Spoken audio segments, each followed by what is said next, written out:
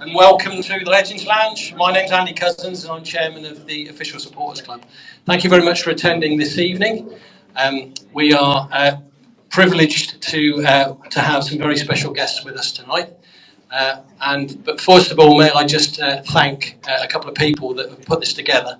The Official Supporters Club, especially Hannah, who's put all this together at sort of fairly short notice. So thank you very much for that. We're also, tonight, we are streaming it via audio. Thanks very much to the Swindon Broadbent Lounge for doing it, and Joe over there, who'll be doing all the things. Basically, the format tonight, what we'll do is Vic will bring the panel on in a little while, and we will have questions for about an hour. We will then break. The bar is open all the way through this, and the kiosk will be open at half time. And then we'll come back sort of 8:30 until there's the questions are exhausted. Just a few parish notices. You probably all know where the toilets are there and there. The fire exits are there and there. And I think that's just about everything to say. Apart from we have another event here on Monday, October the 3rd, where we have a Monday night panel. We're not having another one as we're Lee Peacock and Christian Roberts here. For the proper fiver, just go on our web and come and join us on that one as well. I'm sure that will be very interesting. Right, without any further ado, what basically will happen is Vic will take questions from the floor, and also if you've got the little pieces of paper, you can write on them, and also at half time. And also the good men from the Swindon Broadbent will be wandering around with one of the microphones, I believe, isn't it? And so they'll be able to, you can ask your question if you like from the floor. All right. Without further ado, I'll hand you over to the inimitable Victor Morgan. Thank you.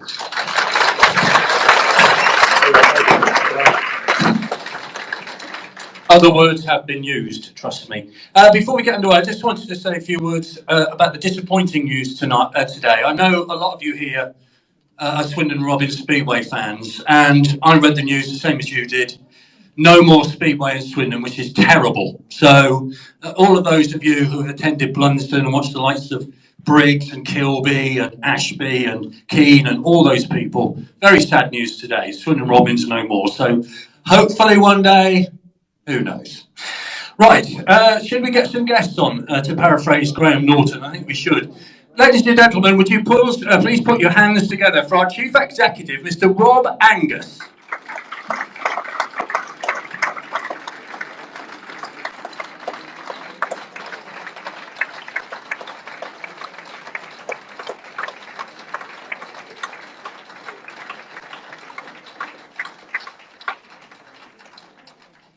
Our Technical Director, Mr. Sandro Di Michele.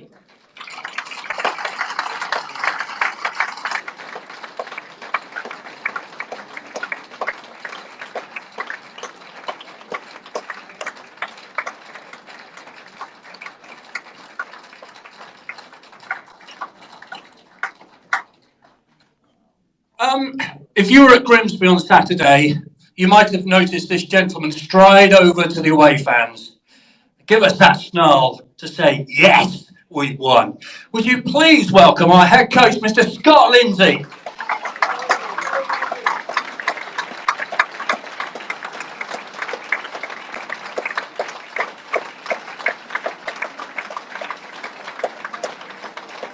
Go on, give us a snarl, go on.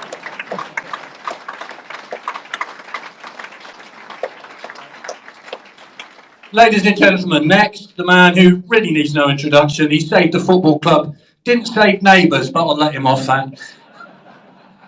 Would you please welcome our chairman and owner, Mr. Clem Morfuni.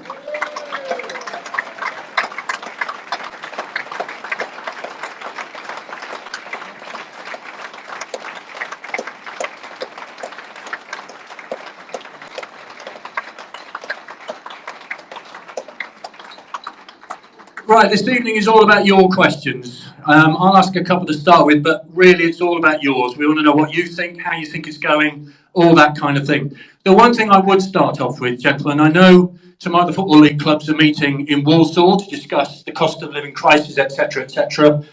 Early kick-off times is one of those things being discussed. Who wants to take that one? Rob?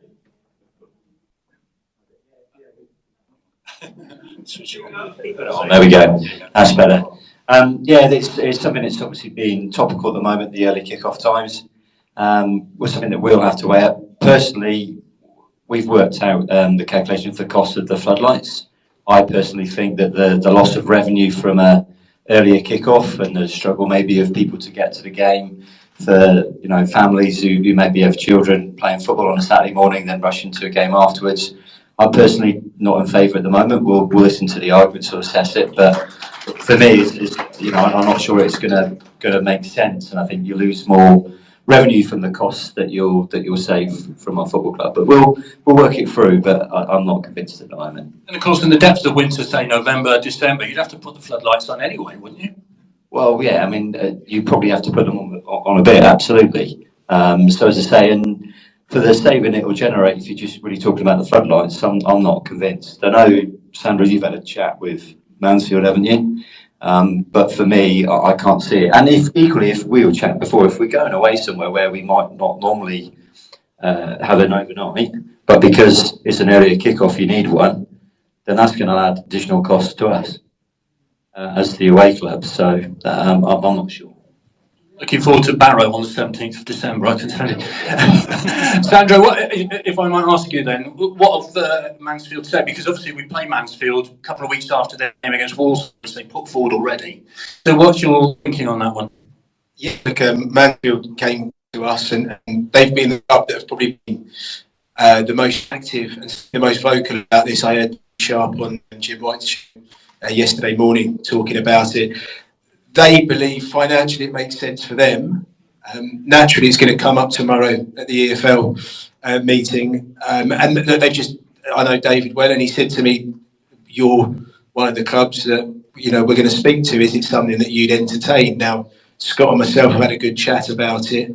We've got to finalise the decision. We've got to go back to Mansfield tomorrow. But there's lots of factors for us to consider. And there's also like a footballing kind of, we're creatures of habit, right? And the lads get into routines, your pre-match meal, all that preparation in the build-up to the game. It obviously starts a long, long time before it starts, days before. But there's lots of other things to factor in. And, I'll probably bore you all with talking about numbers and data later on. But, we look at how we perform on various kick-off times and away trips and length of trip, etc. So I think probably sort of waffling a little bit and getting to the point where we're all in agreement. 3 p.m. kickoffs, 3 p.m. Saturdays. That's what football's all about. Don't want to change it. Scott, 3 wins on the bounce, Lindsay. What are your thoughts on it? I mean, obviously you've got to prepare a team, haven't you? And if you're suddenly going to play at 12:30 on a Barrow on a Saturday lunchtime, all sorts of plannings go into and making sure they're right for that game. Well, first of all, like Rob said, that we'd potentially look at doing the Mansfield A trip. Of course, if it's an earlier kick-off, then it would have to be an overnight. So like Rob just said, it'll be an added cost to the club anyway. From my point of view, the preparation, obviously, we'd have to change things in terms of their pre-match meal. Would almost be a breakfast. And then we'd have to get them out of bed earlier and on in order for us to do that, So it does get in the way of prepping the game for sure. We're used to prepping for a 3 o'clock kickoff, and that's, in my opinion, how it should remain. Claire, what are your thoughts on that? I think you'll probably be back on the other side of the planet by then, but what are your thoughts on it? I don't think we should do it. I think we should start at 3 o'clock. Simple. Fair enough. There you are then. Right, we've got a question at the back. If you'd like to stand up, shout your name and tell us what the question is, please.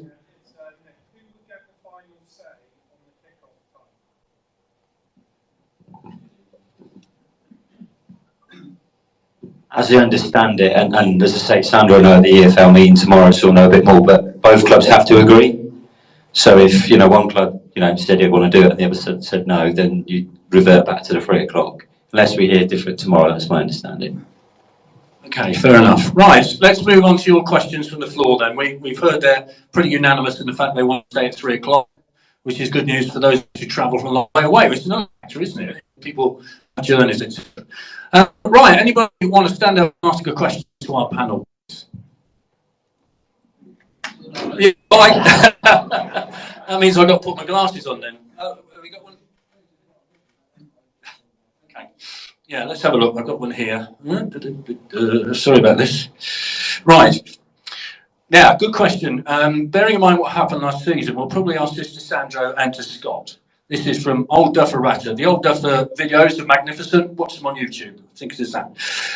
What is the risk of loan players being recalled in January? We seem to lose loan players after improving them. Now, Luke Jeffcott got his first goal on Saturday.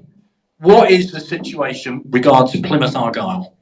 Yeah, so the situation with Plymouth Argyle is we've agreed a season-long loan for Luke, but we have the option to make it a permanent transfer. The option to make it permanent has to be activated in January. So now that, and of course, that's what's been agreed between both clubs as we did on the 1st of September, deadline day. That doesn't mean we can't also arrive at agreements and arrangements outside of what's been agreed. But essentially, we've agreed a fee already if we want to make it a permanent deal. If we didn't want to make it a permanent deal, Plymouth have the option to recall. Every loan deal that the parent club have the option to recall a player. The same applies to us when we send players out on loan. You've kind of got this double-edged sword, which I think you're all aware of. You want them to come in and do well, but you get worried if they start doing too well. So that's kind of where we are. The same would apply to some of the other lads that are on loan, the likes of Fraser, Kieran Brennan, Solbrin, etc. So we're mindful of that. We're confident that certainly in the case of Luke, we've kind of covered ourselves to prevent that eventuality from happening. And you hope that you've got a good enough relationship with the club and the lads are good, but not so good that their parent club want to take them back. Yeah, I think we saw, didn't we, last year, with Kane Kessler being the main one when we played Man City. I think Steven Gerrard must have been sat at home watching that on telly and then called him back the next day, pretty much, wasn't it? So we have to run the risk of that. And last year it was almost like we built two squads in effect. We built one at the start of the season, and then 3 or 4 of the loans went back, and then we had to rejig it around again. So it's not ideal, and we're hopeful that doesn't happen again this season. But kind of the risk you take when you do take a number of loan players. As you know, we're streaming this in conjunction with this Top Broadbent Lounge, and they ask for lots of questions from people who listen to that podcast. This is out and about in the crowd, and they'll pick a winner of what they think is one of the questions tonight to pick up a Dan Design special print. So well worth having a go. Ellis, what questions have we got? We've got 2 winners actually. I've got 2 prints. Oh, fair enough. Okay. Sorry. 2 seconds. Is this on? Is it on? Hello? Yeah, it's on. Right, first question from Pieman on Twitter. How long till we can call the county ground our own? Clem Morfuni, you are the man. You may have some news for us. What news might you have? Thanks. We are putting the deposit down on the 31st of January. We've already done a deal with council. So that's it. Guaranteed. So that's what we're doing, and then we've got a 6 months completion.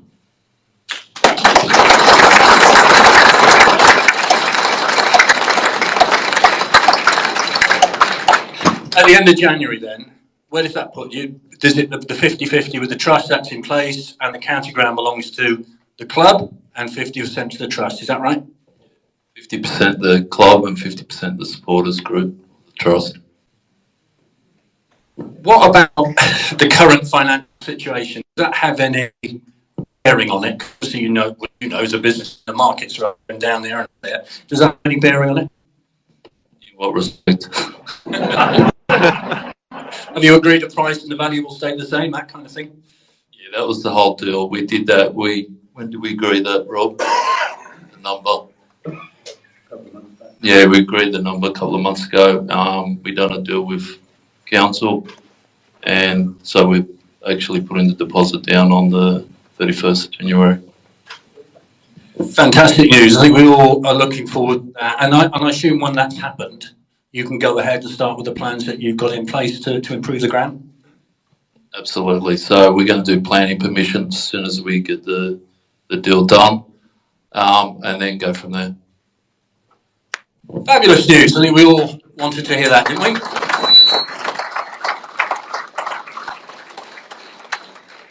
Got any more, Alice?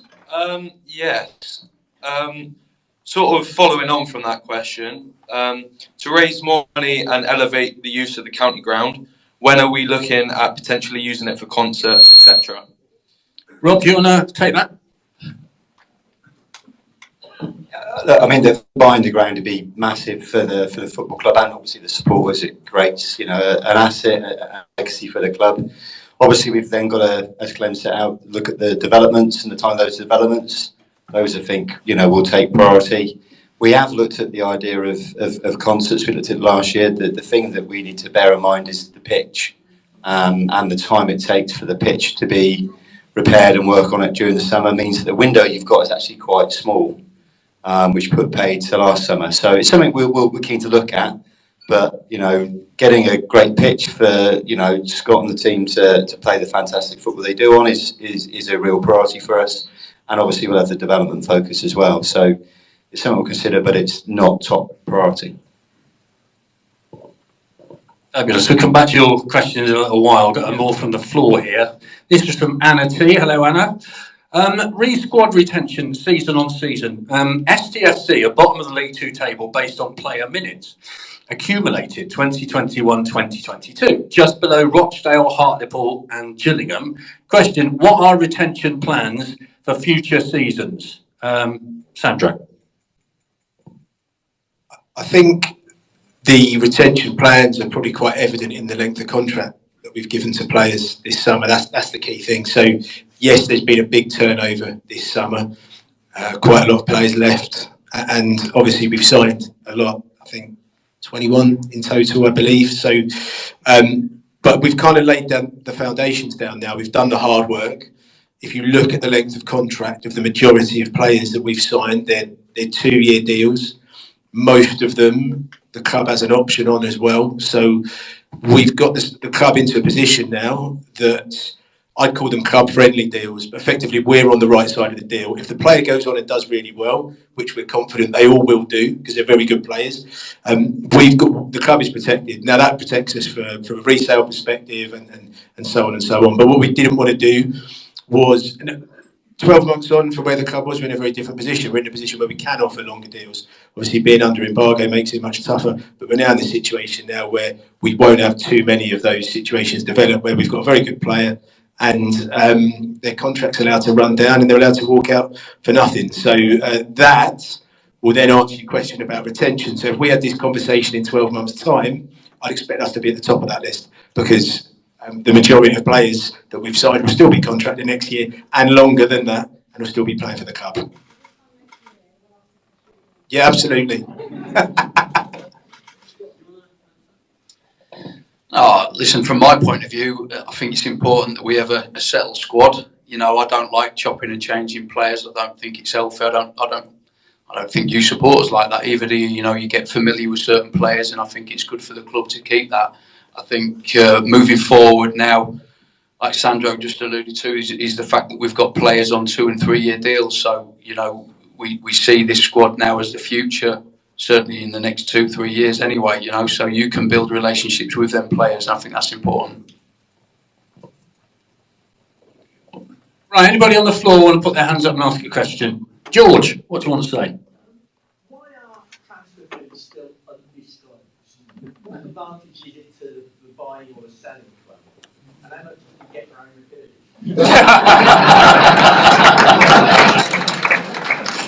Mr. Angus. I mean, it comes down to, it's a commercial deal that a lot of clubs want to keep confidential. It seems to the way it's gone through now.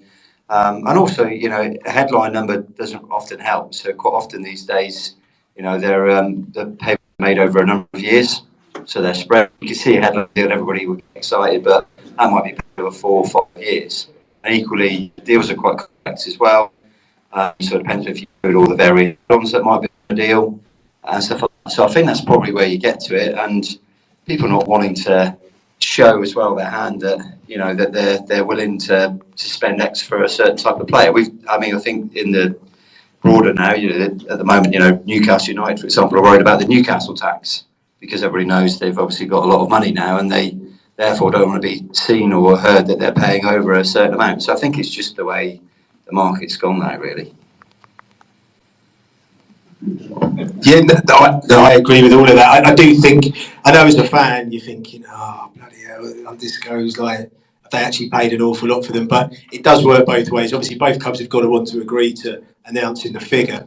But you don't really want a load of clubs knowing that you've got a load of money burning a hole in your pocket, because you're going to pay over the odds, the Newcastle tax point. So it's, it's something that kind of, it has its pros, it has its cons. It probably doesn't appease you fans as much, because you want to know the sort of the gritty details of it all. But it does help us as a club all the time for the fee to be undisclosed. Undisclosed. We'll ask you again later. Alice, you got any more? Yes. This comes from Rob. Now that the women's team has been brought into the club, how do the club plan to promote the team and take advantage of the success of the Lionesses this summer? And will the women's team play games at the county ground? So we go to Clem on that. So I know you're keen on this, aren't you? So let's just let you have that. What was the question again? Now that the women's team has been brought into the club, how do the club plan to promote the team and take advantage of the success of the Lionesses this summer? Look, we came here and had a look at the women's team, and obviously they weren't combined enough together. So I went and had a look at it. We're going to take over the media, take over the kid, the managers, and put money into it and get some new kit for them, managers, and promote them through our media people. So. And also, are you planning on the women's team playing here at the county ground? Yeah, I think there's two games that are going to be played at the county ground, and there's about 4 at the Foundation Park. I think there's already been a game played, and I went there on last Sunday, had a look at the game. So yeah, they play pretty well actually. Thank you. Thank you.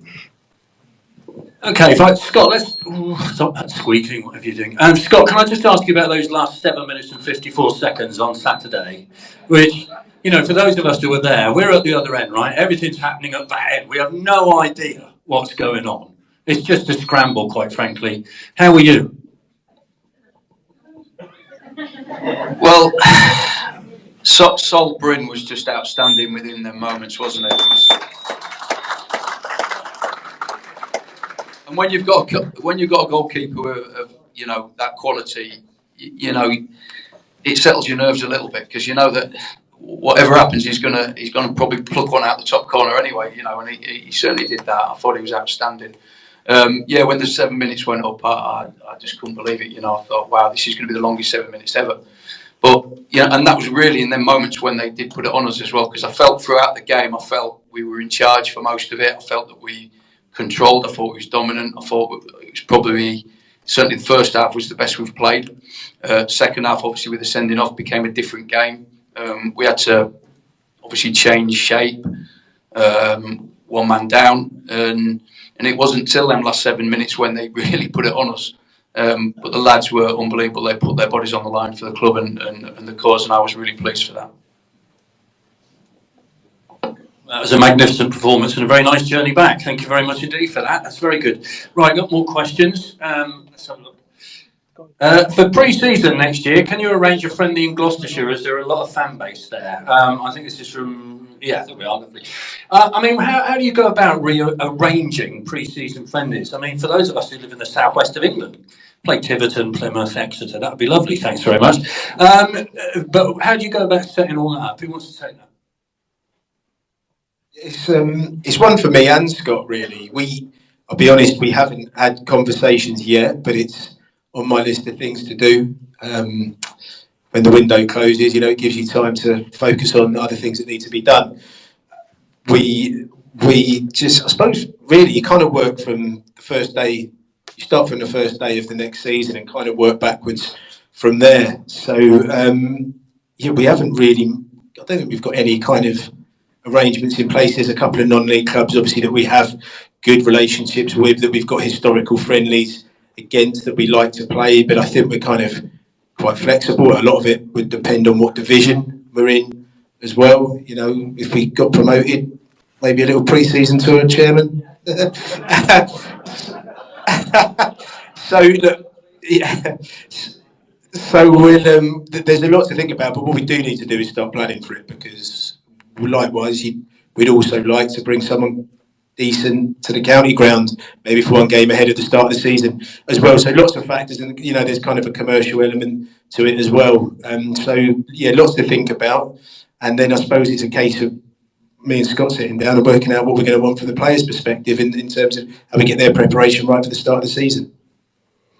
Yeah, from my point of view, I don't like too many games. If I'm honest with you, I've been at clubs before where they've had 7 or 8 games, and I feel it's too many, really. You know, I think 5 and possibly even 6 is more than enough from my point of view.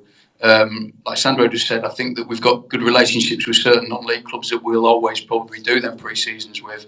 But apart from that, there's no kind of real set way of what we want to do and who we want to play. Really, I think that it's important as well, possibly going into the last week before the season starts, that we play somebody. I think this season was quite good in terms of Cardiff game was one for us to prep good leading into the league fixtures, and I think that's always an important one, that last one. But really speaking, I'm not over bothered in terms of the quality we play or where it is. Sydney would be nice. Over to you, Mr. Chairman. Right, any more from the floor? Let's yeah, that's back. Really for Scott and Sandro. How is the current team performing against the expected data that you expected from them? How is the team performing against the expected data that you came up with? I mean, let's talk about data then, Sandro. I think anybody who's watched Jake Wakeling play will think, boy, that worked, didn't it? So how are they performing in terms of what you thought they might do? Yeah, that's a good question. How are we performing against expected data? I'd say we're kind of that we're comfortable with at the moment. We're seeing improvements game on game. We're starting to see this kind of upward trajectory in the way our players are performing.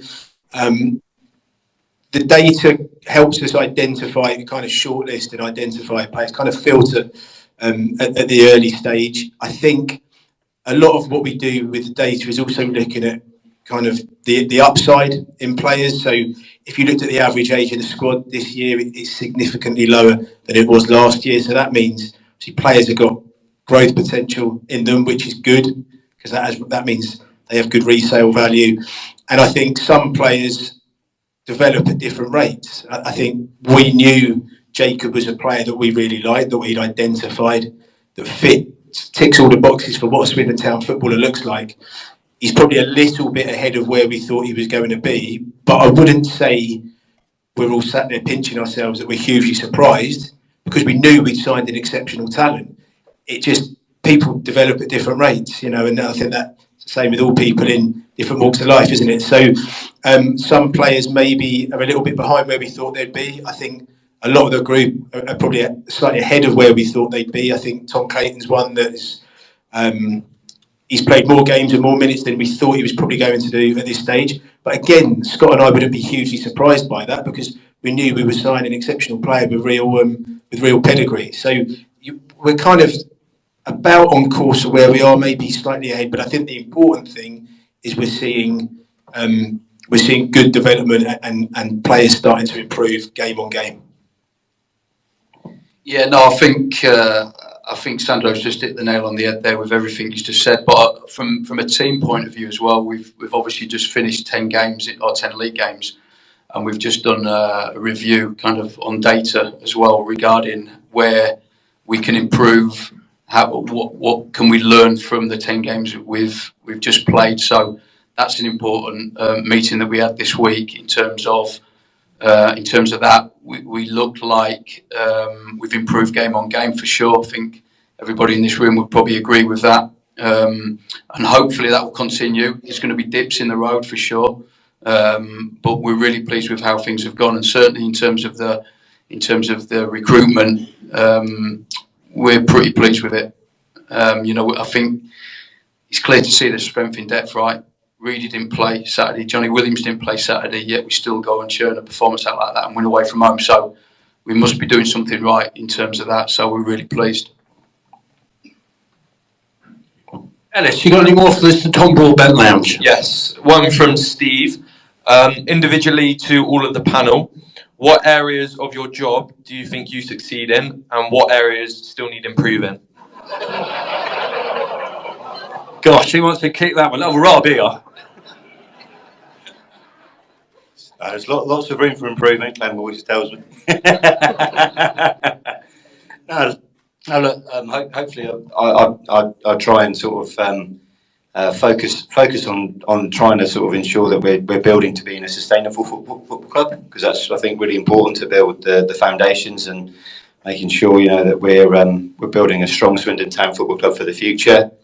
Hopefully engaging with you guys, and it helps a bit. I'm trying a bit of an understanding of the area, being obviously a local boy and a fan for many years. But look, there's still loads that we want to do to make improvements to make the club better, and there's lots of areas to make improvements, which is great in one way, because I think we've come a long way from 14 months ago, and the club's in a much stronger position than it was. But there's still loads to do, and we'll continue to grow and get better and stronger.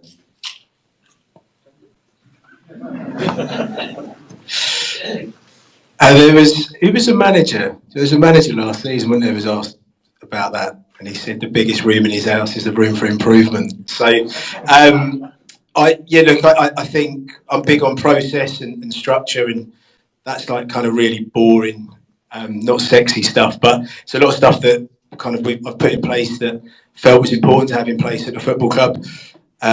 I'd like to say I think recruitment's been quite strong, but I think that's something that you never quite get right. You never completely perfect it, and you're always looking at how you can get better and how you can kind of improve and tweak that. Areas of improvement, probably giving the gaffer more of the things that he asked for, to be honest.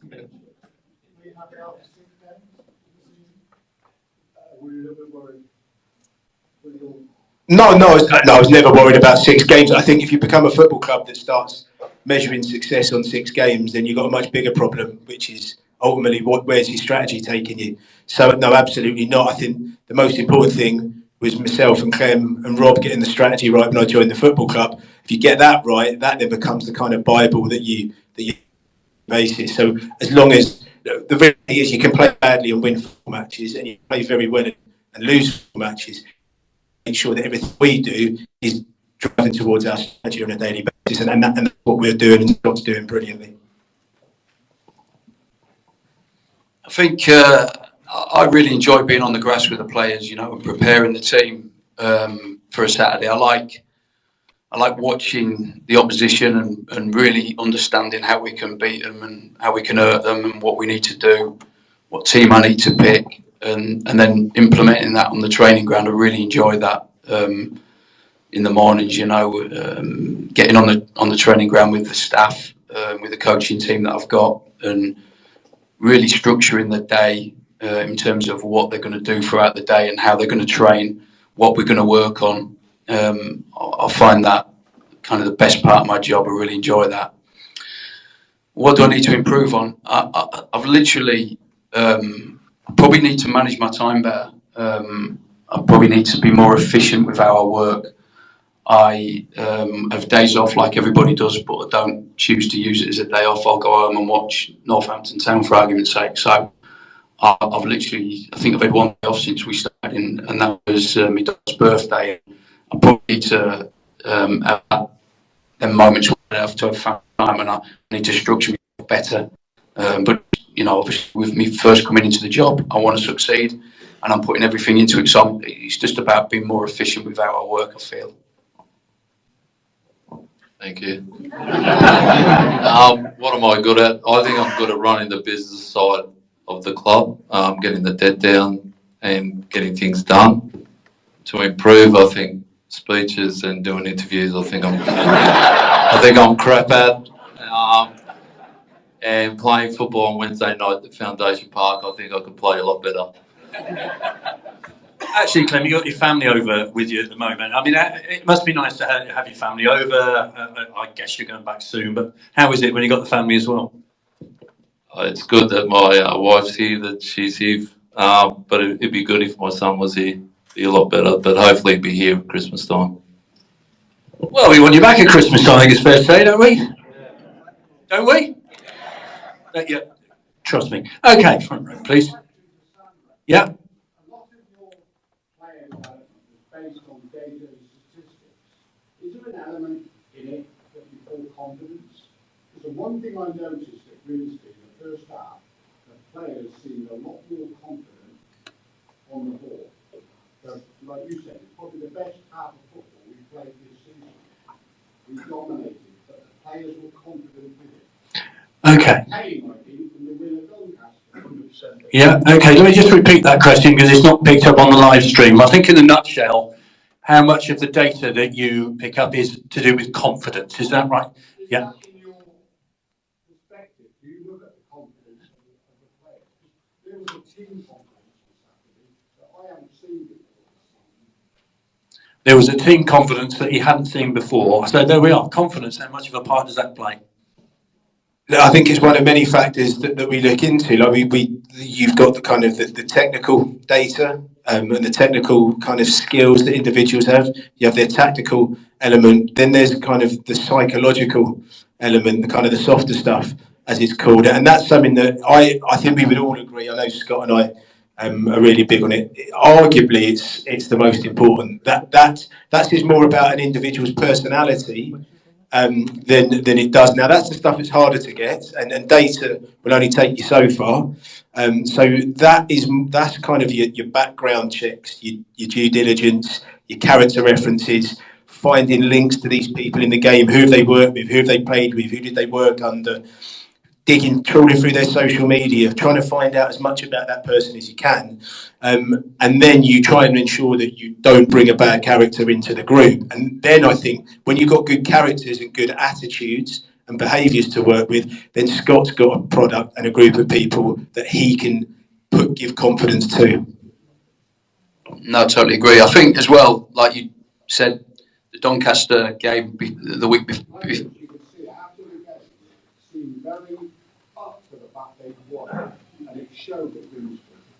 Definitely, and I think performances. If the performances are good, the players feel it and they feel confident going into the next game. Of course, results is a big thing. You know, it makes the players buy into what we're doing on the training ground more if the wins are coming thick and fast. And of course, at the start of the season, that wasn't happening. We were drawing a lot of games. Obviously, fans were frustrated. We were frustrated, and then the players. Do they buy into what you're doing? Yeah, because we've picked good individuals to make that team, and they stick to it. Then all of a sudden we start winning games, then they buy into more, and it snowballs, and all of a sudden you've got a real confident team out there. So yeah, definitely. Well, Ben Gladwin. Let's talk about Ben Gladwin, shall we? I mean, those of us who were at Grimsby on Saturday, I know this is a ridiculous comparison in many ways, but I described his passing on the way back on the bus as Hoddle-esque. Is that fair to say? Yeah, it is, yeah. For me, he's been our best player all season. For me, he's come back, I think, 5 kilo, is it, Adam? Is it 5? 5 kilo lighter than he was last season. I've got a really good relationship with Ben as well, which I think kind of helps. Not that he didn't have with Ben, that's not what I'm saying, but certainly we have a good relationship. He understands. He's doing his UEFA B licence coaching badge at the moment as well. So he understands coaching and he understands kind of how we want to play. And it's almost like having a coach on the pitch for me.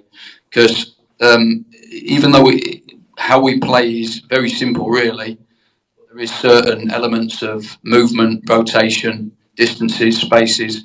And Ben really gets it. He really understands it. And for me, he's been our best player, like I say. His distances, look at the data on his distance covered in a game, it's better than anybody.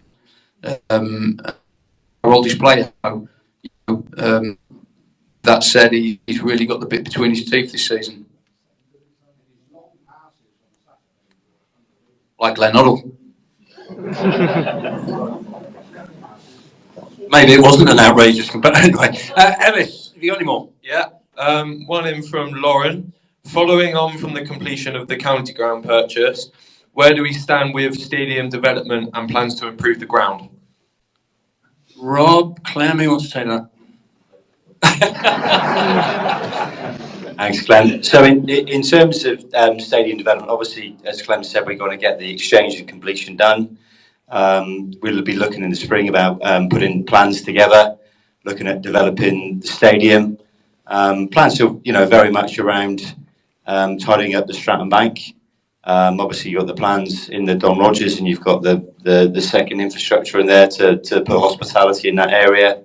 Looking at a new town end and potential hotel or convention centre there. So we've got to do research. We've got to make sure those options remain viable. But it's something to sort of move on once we've got that ground purchase done. The aim is to, as I said before, continue to build solid foundations, build a sustainable football club. You've got to look to make sure that we're not just maximising, if you like, the revenue that we can on a match day, but outside of a match day. So we've got to build facilities that people will use in the town of Swindon and businesses will use, for the 330 odd days a year outside of a match day, because that's how you build a strong, sustainable football club. So I said to you before, some of us are cracking on a bit, so if you could make a move on, that'd be really good. Any more, Ellis? Yes. Are we likely to be signing Blake Tracy? Short and sweet. Very good one. Yeah, Blake Tracy, who's done all right, I think. Who wants to take that? He has done all right, hasn't he? He's a great lad. Another good character to have around. It's a bit of a funny one because we didn't envisage having 3 left backs at the club, but kind of injuries forced us into that, and we had to make a decision. Les Caffrey, who's our head of recruitment's very, very good, and go and ask him for a left back, and he'll have 10 ready to go. And we've got a good one there. He is on. It's a season-long loan. I believe Fraser is out of contract at the end of the season with Burton anyway. That's one for us to discuss further down the line. So if he carries on performing the way he is, there's probably every chance we'd look to try and bring him to the club permanently. But there's certainly no hurry for that one. The player's got to want to come as well, hasn't he? If we got to that point, he's enjoying his football. He was very keen to come to us to join us and get out of Burton and just play games, and he's doing that. He's enjoying his football. The lads love him, so everything's looking good. Who knows how that looks by the time we get to April or May? Yeah, I'd take him in a heartbeat. He's really low maintenance, manager's dream. He's almost like a robot. You tell him what to do, he'll just go out and do it, and does it brilliantly. So yeah, I'd take him in a heartbeat. I think he's been probably our most consistent player. Attacks the ball well on corners. He'll get his head on. He's aggressive. You saw him crash into some brilliant tackles on Saturday at Grimsby, the dugout side of the pitch. But yeah, take him in a heartbeat. Great player. Sort of following on from that, will Wakeling be getting a new contract after the start to the season? He started the season brilliantly, hasn't he? Like I said, probably slightly ahead of where we thought he was going to be. He's got huge potential. He personifies what myself and Scott and Clem and Rob believe a Swindon Town footballer should be like. I'm sure he personifies what all of you lot think a Swindon Town footballer should be like. There might be a new deal soon. We've just got to weigh it up and have a look at the finances, and maybe I'll have a chat with Clem again before he heads back to Australia. And so yeah, just we'll see what happens. Watch his space.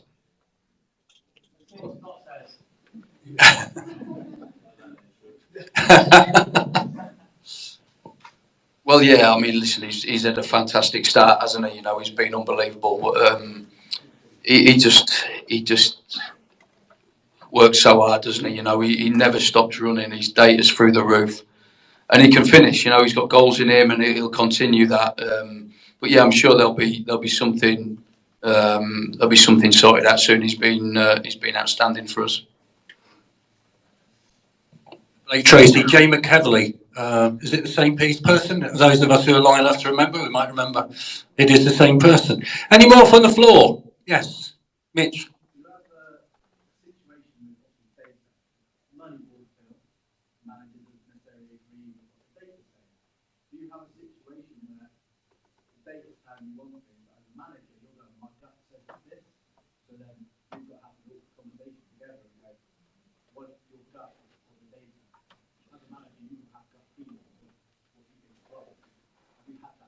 So if I might paraphrase it, have you had a disagreement about possible signings, data, etc.?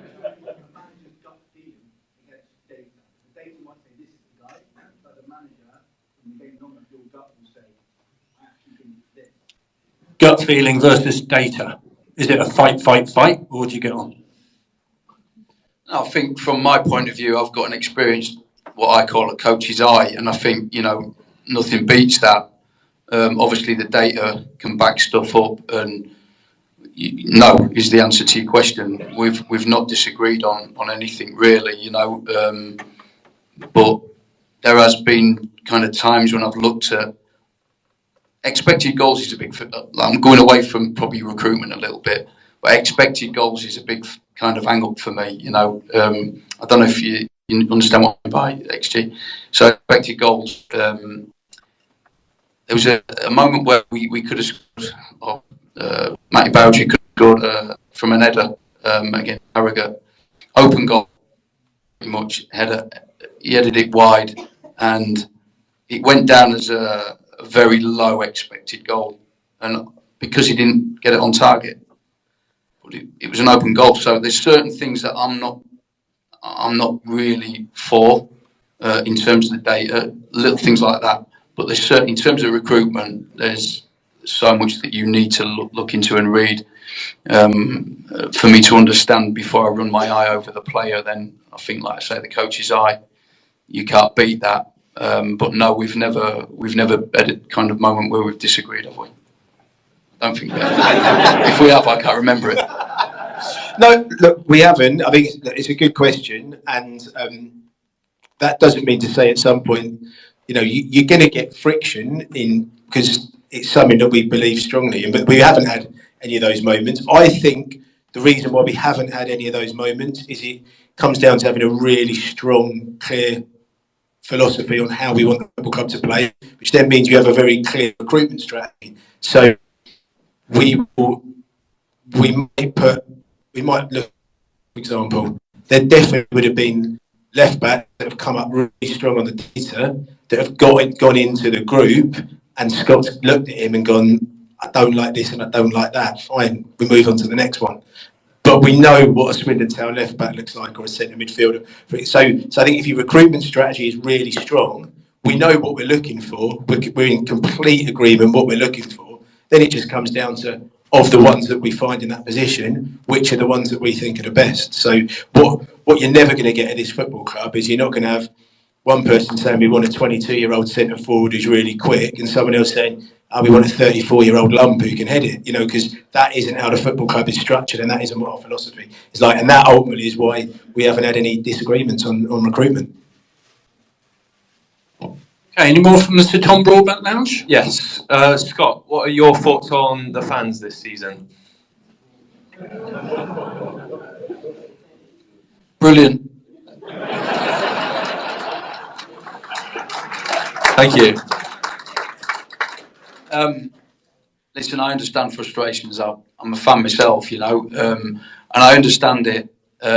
Listen, the first game doesn't count because it was actually in July, so we'll put that down as a pre-season. So we had a lot of recruitment, obviously, a lot of young players coming in. So in effect, it's a new team, right? And it will take time, and I think we're starting to see the fruits of the work that we're putting in now. And listen, there's going to be dips along the way for sure. I understand. I really do understand frustrations. The pleasing thing for me on Saturday was the players really put their bodies on the line to get that result.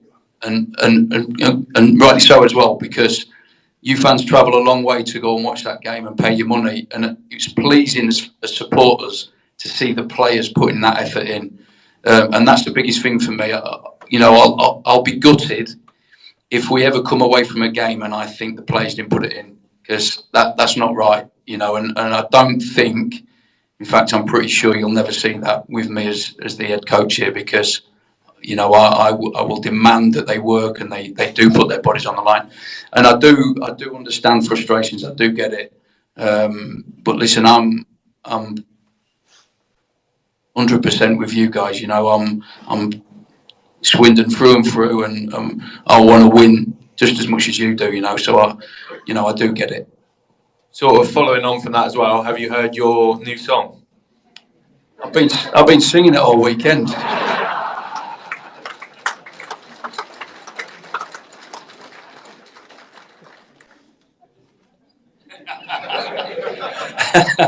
It's great. I can tell you that I did a bit of the South West Coast Path on Monday, and there's some very difficult steps to get up. I was singing it all the way up, so it got me through some difficult moments. Anybody from the floor? Yeah. Oh gosh. Wow.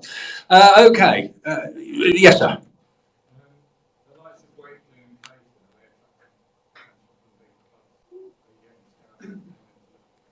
Are Wakelin and Tracy attracting attention from bigger clubs? Now, how does this work? Because obviously Blake Tracy's on loan. Sorry? Oh, Clayton. Oh, sorry. Yeah, okay. So I'm Clayton. People like that, are they attracting interest? I believe there's a little bit of interest. I think naturally when young footballers, clubs are aware of these footballers before they sign for Swindon Town. So, there is interest, probably the wrong word. Scouts come and watch them. Scouts come and watch our players. I think we're a club, because of the way that we play and have played historically, we naturally appeal to certain clubs. Certain clubs will come and look at Swindon Town players because they know they're good technicians. They know they're very comfortable in possession. So we do get scouts come and watch. Wakelin and Tom Clayton would be the two obvious ones at the moment. I expect there's going to be plenty more scouts coming to watch our players this season. I think that's something that we're just going to have to accept. And ultimately, when scouts stop coming to watch our players, then we really want to be worried. So, right, here's one for Scott. And this is from the floor. Can you explain why there's 4 coaches in the area directing instructions to the team on the pitch? And, round of applause. I don't know. None of them know what they're talking about. No, to be honest with you, so Jamie Day, my assistant, who's the smaller chap with the longer hair. Yeah, Ronan Darcy's dad. He's very calm. Doesn't say a great deal. Sits and really studies what the opposition shape is. So 3-1, 4-3-3, whatever it might be. And he'll come up to me 5 minutes and he'll explain what he thinks they're doing and where they might be spaces. Of course, we've worked on the opposition leading up to the game, so we may have done something different, which a lot of teams have set up differently to us because of the way we play. So we may analyse a team leading into a Saturday game, but then when we turn up on Saturday, they've changed completely different shape because of the way we play. So we've got to be ready for that. So Jamie kind of analyses that very early on in the game and looks for spaces. Gav Gunning, my second assistant manager, who's very, very aggressive, very boisterous, but kind of in a smart way, where he will look after the back end of the team, whether it's a back 3 or back 4, and the deep midfield players, and he'll make sure our defensive line is always where it should be. So for argument's sake, when the ball goes 20 yards that way, I want my line up. I want us to defend high up the pitch and be aggressive. And he'll kind of monitor that quite loudly, which I think needs to be loud. I think it needs to be that way. And then you've Bildy, the goalkeeper coach, who basically looks after all their pieces.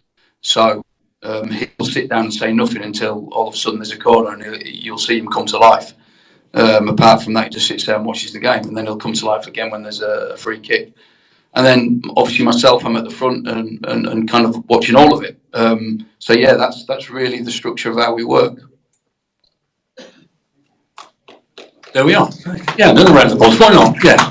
Right, we'll take one more before we go into the added time of 7 minutes and 54 seconds. Alice, you got one more? Yeah, one in from Claire.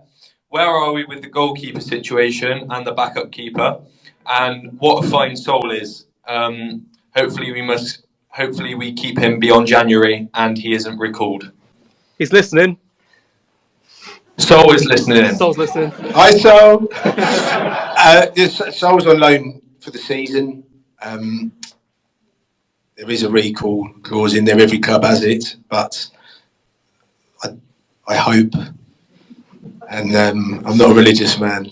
Yeah, I hope and pray that no, Sol doesn't get recalled. So that's the situation with Sol. With regards the number 2 goalkeeper, this is a question I've been asked quite a few times by quite a few different people.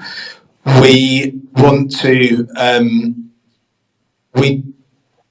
there's a financial kind of, it can become a financial burden where you have a number 2 keeper that you pay quite a bit of money for, that sits on your bench, that you're not actually that confident in, and we're very clear and specific on the way we play. So that means we need to have a certain type of keeper that ideally is very good with their feet. The reality is we couldn't really find the exact one that we wanted to play the way that we did, or play the way that we do rather. So what we didn't want to do was pay someone a chunk of money to sit on the bench who probably wasn't going to be right for exactly what we wanted. So that's kind of where we are. That doesn't mean to say that person isn't out there, but it's just trying to find one that then also fits in the budget. Okay, ladies and gentlemen, we've reached half time, so if you want to take a break and refresh your glasses, etc. But for the moment, please, would you put your hands together for Clem Mulfooney, Scott Lindsay, Sandra McKaylee and Rob Angus.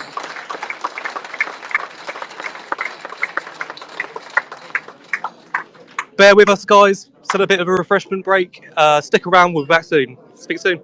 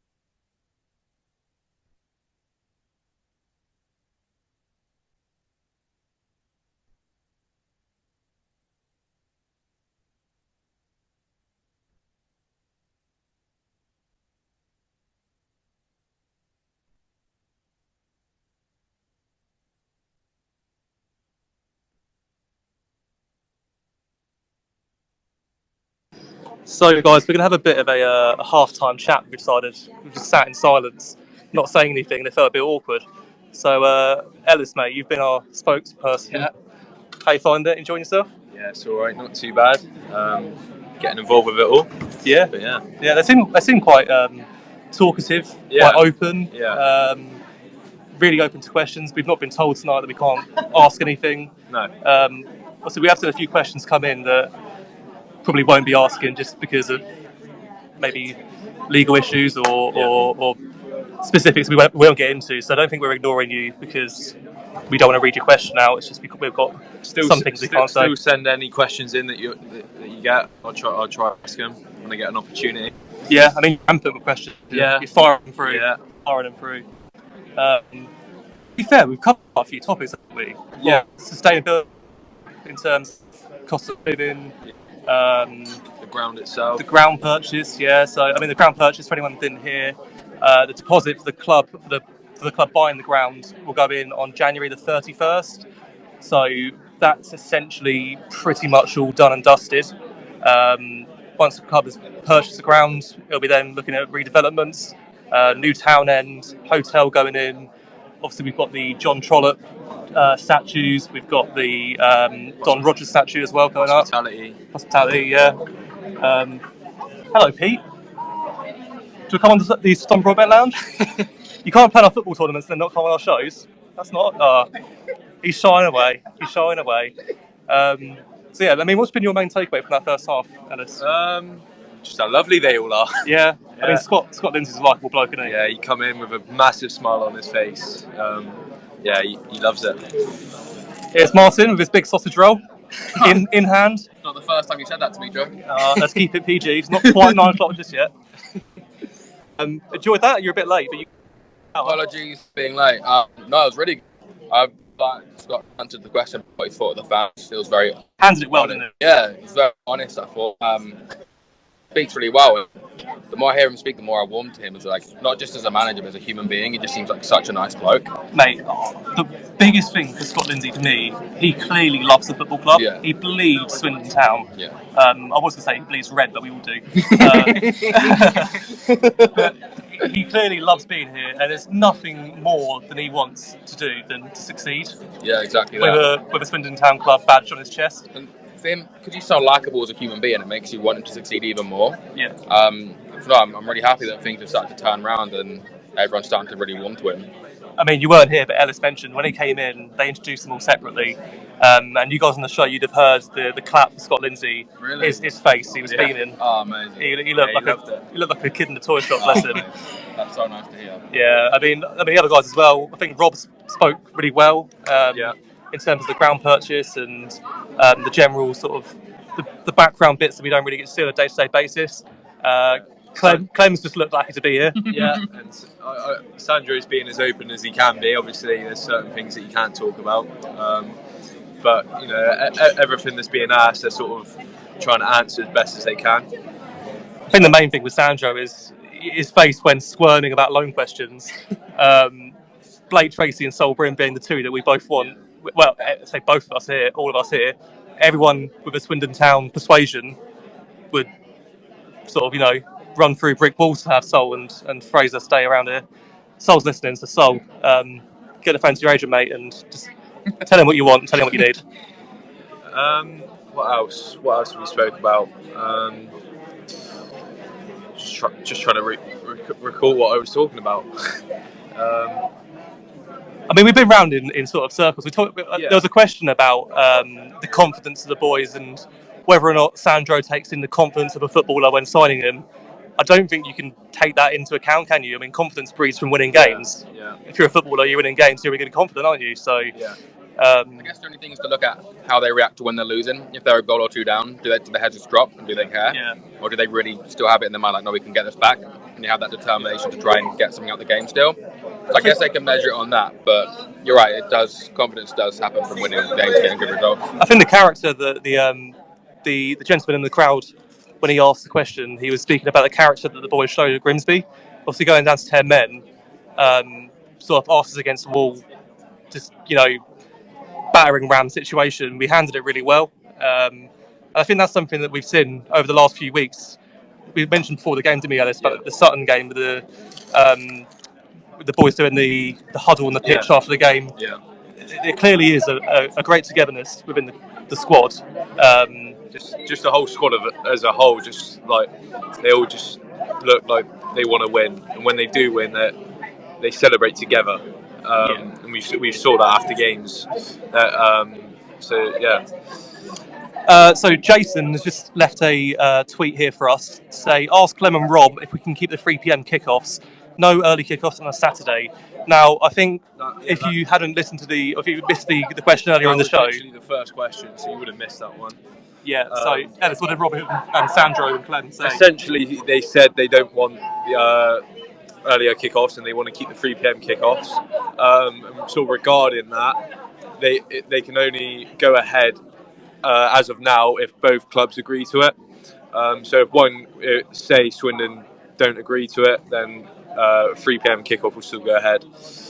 Yeah, I think they mentioned Mansfield, didn't they? Because Mansfield have come out publicly and said that they will be asking every league fixture to be played at 1 p.m. Rob mentioned that if we were to agree to play at 1 p.m, he didn't rule it out, but if he mentioned if we agreed to play at 1 p.m, the logistical issue of getting the team to the ground would change. So 3 p.m. kickoff, you'd be looking at day travel, the boys getting to the county ground in the morning on a coach and getting to the ground on the day and coming back on the day. If it's a 1 p.m. kickoff, you're probably looking at having to fork out for a hotel, travel up the day before and then back again, so it's added cost to the football club. But yes, I think the panel sort of unanimously were against 1 p.m. kickoffs. Scott and Clem especially were of the persuasion of 3 p.m. Saturday is a holy time for football fans. Yeah. Clem had a very blunt no to that. But the whole idea of a 1 p.m. kickoff is to save money and costs, sort of with the floodlights and whatnot. But as Rob was saying, the whole logistical side of it, if you look at it, it probably ends up costing the club more as an away team. Like Joe said, with having to stay over, and also with the players with their day routines. They're getting up earlier. Their pre-match meal would be breakfast, and in pasta at 10:30 in the morning. It throws everything out, doesn't it? So it's not as easy as just moving it forward. There's lots of issues around it as well. I think I remember a Wayne Rooney interview where Rooney said that he hated the Saturday or Sunday 12 o'clock kickoffs because, as I mentioned earlier on, you're cramming pasta at 9:30 in the morning. Also, with our winters, they're so bleak and they're just always bucketing down with rain. The floodlights are on anyway, so I don't. Yeah. Unless I'm missing something obvious, I don't understand You've always what got a difference that will make. 7 o'clock kickoffs or 7:45 kickoffs on Tuesday as well, which you can't change. They're going to bring work back to the fixture list, aren't you? 2 o'clock on a Tuesday afternoon as well, are they? It doesn't make a whole big deal of sense. And Rob said as well, with people not being able to make games, that loses out on ticket revenue as well. So that's another issue. Adding to that as well. So, and I think just as a collective, the whole room seems like they're against an earlier kick-off. Yeah, well, there was an applause, wasn't there? Yeah. After we got told categorically no, that we don't like them. So yeah, I think a lot of fans would be pleased to hear that. Actually, as I say, we've spoken about the players travel, the players experience the day. It's also harder for fans to get here that early. Changes planned, especially with trains at the minute as well. Trains will be awful in the morning. Coming down from Carlisle for a 1 p.m. kickoff. Yeah, I mean, well, Vic comes up from Devon, doesn't he? Yeah. So he's got a fairly decent drive. I mean, myself, I drive hour and a half, hour and 40. We've got our Lord and Saviour, Mr. Hammerhand, listening in, who I know drives miles and miles to get here every Saturday.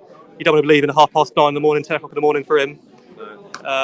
So yeah, I think we'll all be pleased to hear that it's been delayed or it's been pushed away, the 1 p.m. kickoff from ourselves. Just looking at our listeners list here, we've got a Mr. Saidu Khan listening. Saidu, we love you, but you did sign our flag wrong. So, but other than that, we'll forgive you for that.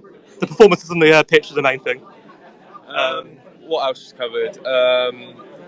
Sort of Sandro talking about players and their contracts, Wakelin and loan players such as Bryn and Blake Tracy. Did you see Sandro's face when asked about the replacement goalkeeper or the backup goalkeeper? Yeah. He had a massive eye roll. Yeah. And the question was asked. He was like, "Oh God!" Get asked it all the time. I think something's happened recently as well, where maybe we've been close to someone and someone's dropped off. Because he didn't. His face was quite funny. I think we can all safely say as well we're very happy with Mr. Bryn, Mr. Sol Bryn in goal. He's listening as well. We're doing some bootlicking here. Is anyone going to sing the song? Not me. Go on then. I'm a soul man. Oh, that's the Hannahs, that is. Yeah. Can we also please keep having all the questions coming in? Please send them all in now. We've had one or two more come in. If we can get some more, we can start to screenshot them, get them in our chat ready for as soon as when they come back out. That one from SM1 Insider will just be available to listen back to afterwards. It will be. It's a recorded space. So jump on our Twitter page after the show's ended. It should be there for you very quickly. It'll stick around for a while as well. I think it's a month that they stay around for. Or 30 days. So yeah, listen back at your own leisure. Also, if any questions don't get asked, it will probably be they've already been asked earlier on, or we can't ask them. Yeah. So we'll get some minutes written up as well from the show and posted on our socials. Check out our Instagram story. I'll pop some bits in there for you guys afterwards as well. Any more questions, Martin? Not so much yet. We just need a few more to come in. Just when Vic comes over to us. I've screenshotted one to ask, but I'm not going to reveal what question that is just yet. Okay. Won't spoil the surprise. That's for Alice. Reminder with the questions as well. Obviously, we're getting loads of questions. We've had loads of questions before as well. We have got a Dan Designs competition on at the moment. So anyone that's asked the question, whether it's asked to the panel or not, we'll get them into a draw this evening for a Super Scott Lindsay print and a Clem Morfuni print as well, courtesy of our sponsor Dan Designs. The winners will be announced this evening, and I'll get into contact with you guys for your addresses, your details. We'll send it out to you. Fire the questions in. Yeah, we've got a requested here actually. Should we add Dave on? See what Dave has got to say. You boys taking over from Hannah's, then, eh? Come on then, Dave. Dave, you're live. Yeah. Can you ask Vic Morgan if he can sort of just summarise some of the questions, because we can't always hear, or can't hear 90% of them on the chat. Yeah, no, absolutely. I've had a few texts about that, Dave. So I'm trying to get Vic to sort of paraphrase the questions afterwards. Obviously, it's difficult if we get Ellis wandering around the Legends Lounge with the microphone. He runs under speakers, and it's when you get the nasty feedback.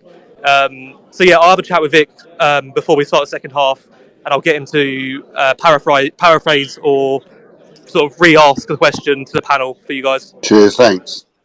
Okay, cheers, Dave. Is that all? Yeah, all good. Cheers. All good. Good, lovely stuff.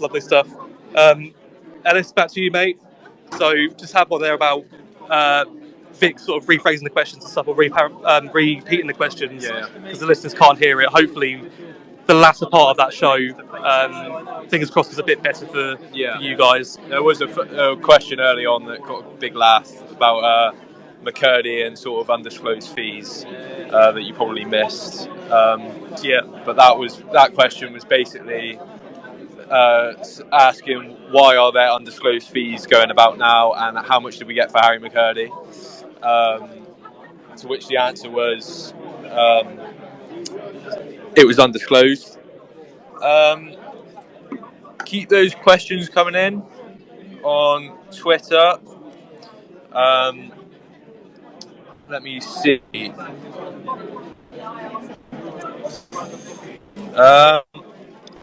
We spoke a little bit about the women's football, sort of regarding them partnering with the club now and sort of becoming Swindon and not Swindon Women's, and also sort of playing at the ground.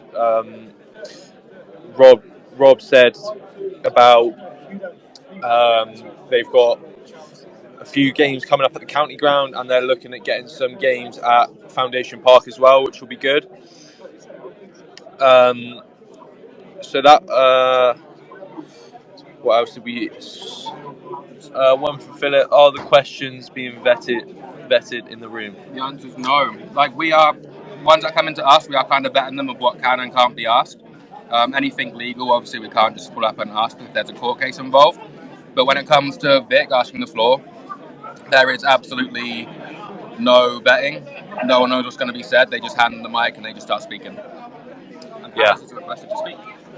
Hannah's, he's requested. Let's get him in.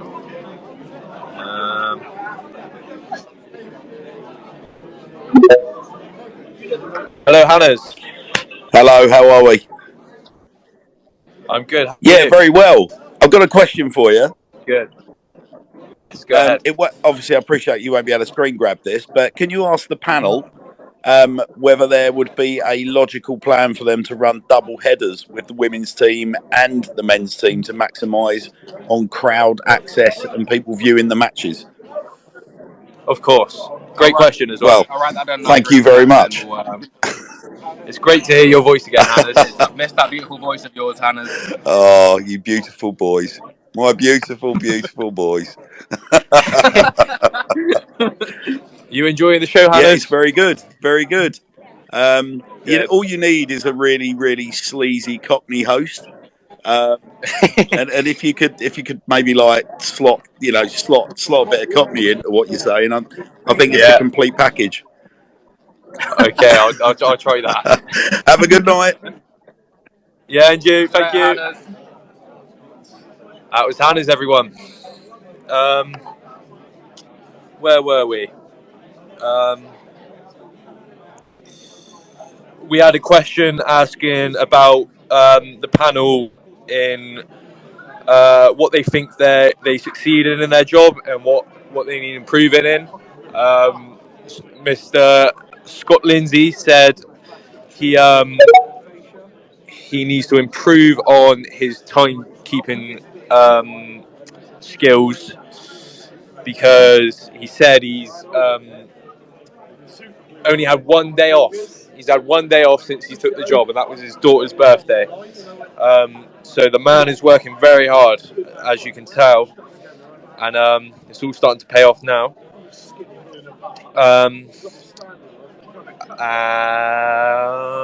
What else have we got?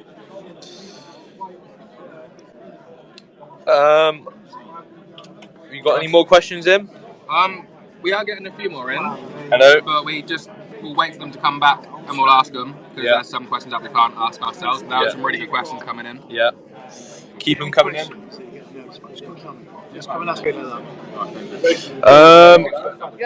Keep the questions coming in, guys, on Twitter. Tweet them in, DM them to us. What else have we? So it shouldn't be too long, and the Q&A will start up again. Let's check the questions in on Twitter.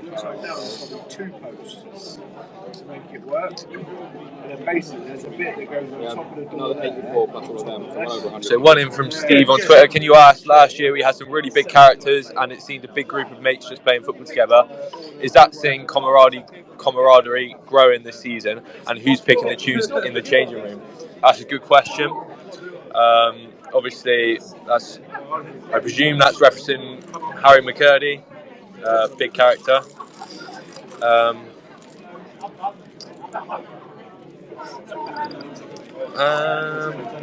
Yeah, we spoke to Scott about the fans as well, and his views on the fans and what he thinks. I also asked about his song, which he said he's been singing the past couple of days.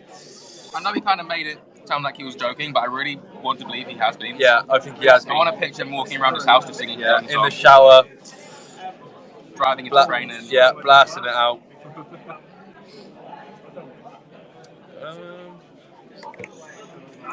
Getting a load of questions coming in now, guys. Yeah, thank you for sending them in. Please keep them coming. Apparently, I have not seen the tweet to confirm this, but apparently Saidu Khan has agreed to re-sign the flag. So, Saidu, if you're still listening and that is true, please confirm it. Even request to speak, and you can tell everyone listening in that you will replace your signature on that flag with the correct number. Can't believe that. Mr. Jake Wakelin is listening in. I've just been sent picture evidence. He has tweeted this. Yeah. Sadio Khan, I'll re-sign the flag in on Twitter. So you've heard it here. He will be re-signing the flag. If you could please still come on and just explain why you signed it with your previous squad number, it'd be amazing. Yeah.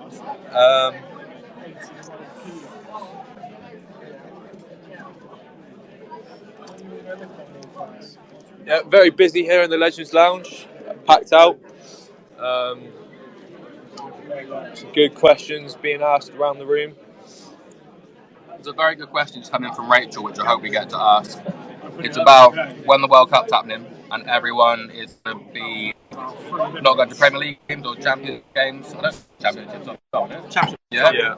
Are they going to do more to encourage people to attend and down? Ladies and gentlemen, your 5-minute warning. Your 5-minute warning. Thank 5 you. minutes, guys. So hopefully we get to ask that question because that is a very good point. It seems like a really good chance to try and get newer fans in who wouldn't normally watch League 2 football, wouldn't normally come to Swindon, to get away from their skybox, stop watching Premier League on TV, and become watching live football. I think naturally as well, you will see more people come in, like you said, with people not watching Premier League games, especially families. Yeah, definitely. Bring your kids down, isn't it? Yeah. Get them busy.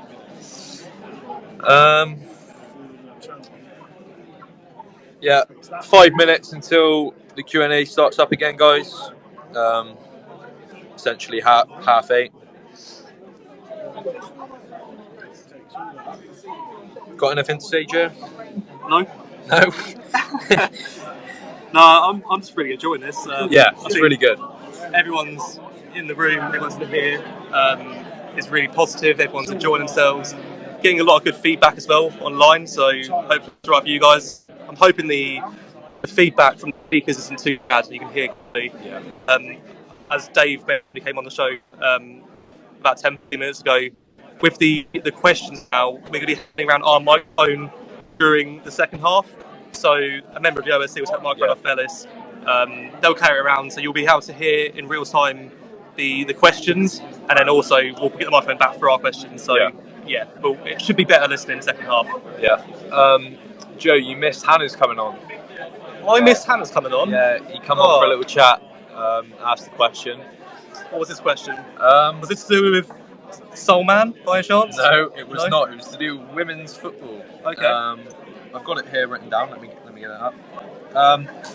Will they be running double headers of the women's team after the men's game to maximise crowd size / interest? And I think that's a very good point as well, because I think that's probably one of the reasons why people don't go to watch it as much, maybe. Ladies and gentlemen, if you could take your seats again, please. We're back on, guys. Much. On women's football, obviously we've got Helena Diaz-Butcher and Annie Coulson, the Tom Broadbent Lounge official athletes. Just boulders, really. Just a little plug. Just cheeky little plug for them. So if you can get down to the games at the county ground, please do, because I'm sure it'll be worth it. Anyway, we're going to take our seats. Ladies and gentlemen, please welcome back Swindon Town's Chief Executive, Rob Angus.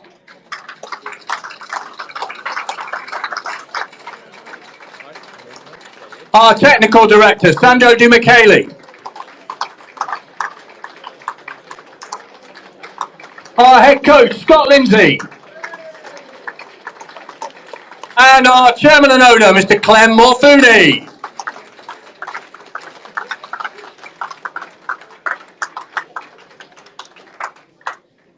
Right, got loads. I tell you what, I got loads more questions given to me in the interval. So there we are. You're all right till midnight. That's fine. Just a quickie, and this has been asked to me. Somebody wants to design fabric, right? And they want to use the Swindon Town badge.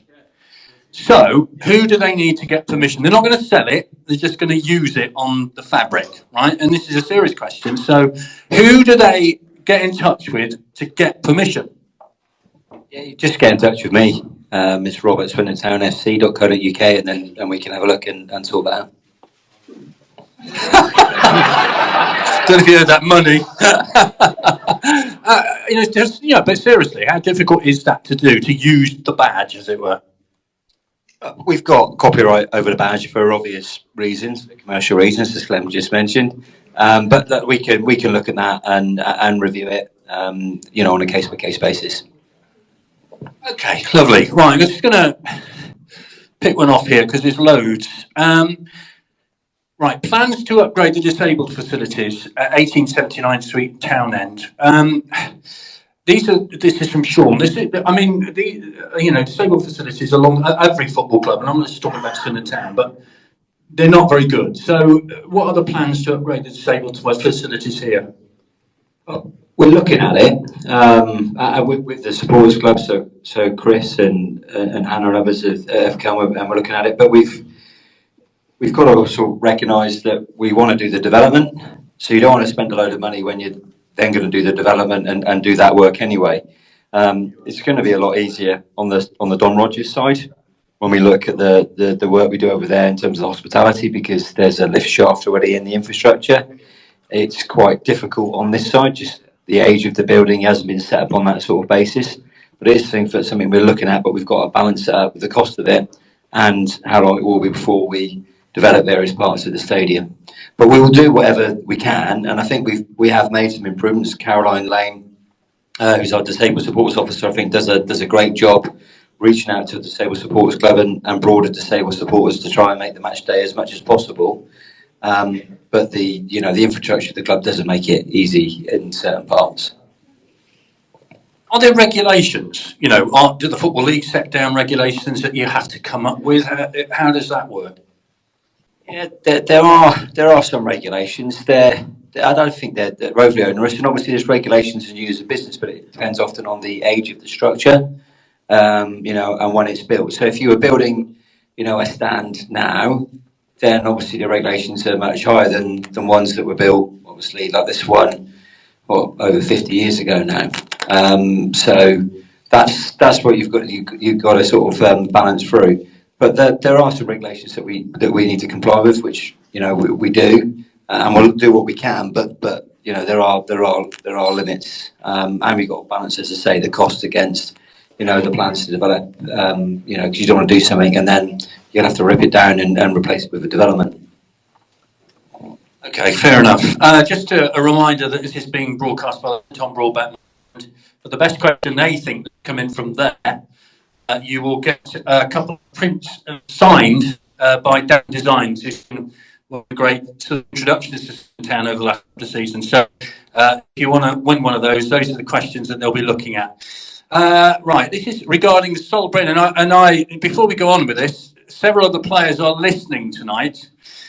So, do you want to give the players a round of applause? Come on.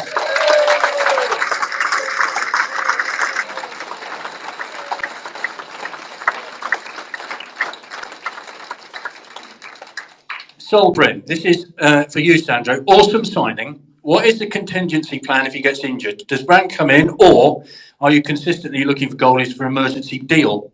What is the likelihood of signing him? I guess the better he plays, does that diminish?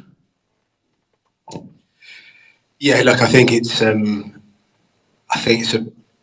big ask for Sol Bryn to be a permanent Swindon Town player. In reality, there's nothing Scott and myself would love more than that. But the reality is, he's a very good, very talented young goalkeeper. He went out on loan last season in the South Middlesbrough, and now League Two is the next stage of his career. Chances are, the reality is, he was going to go to a League One club, but we've good relationships with clubs, and we managed to sort of lean on them a little bit, I suppose. But who knows how it will play out? But I think it's probably.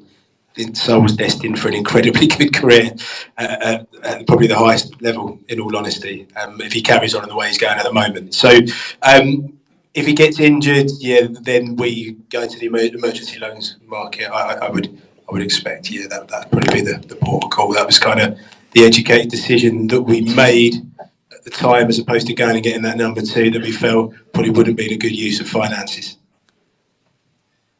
Scott, there was a lovely moment on Saturday when you brought him over to the away fans. Everybody was there. And again, I'll say it's very frustrating because we didn't know what the heck was going on. It was just madness at the other end. But it was like ping pong. You're obviously very proud of his performance. You saw more than we did, quite frankly. What made it so good? Just obviously the pressure we were put under towards the end of the game, and he just did his job, and he did it brilliantly. It was some of them, a couple of the saves were world class.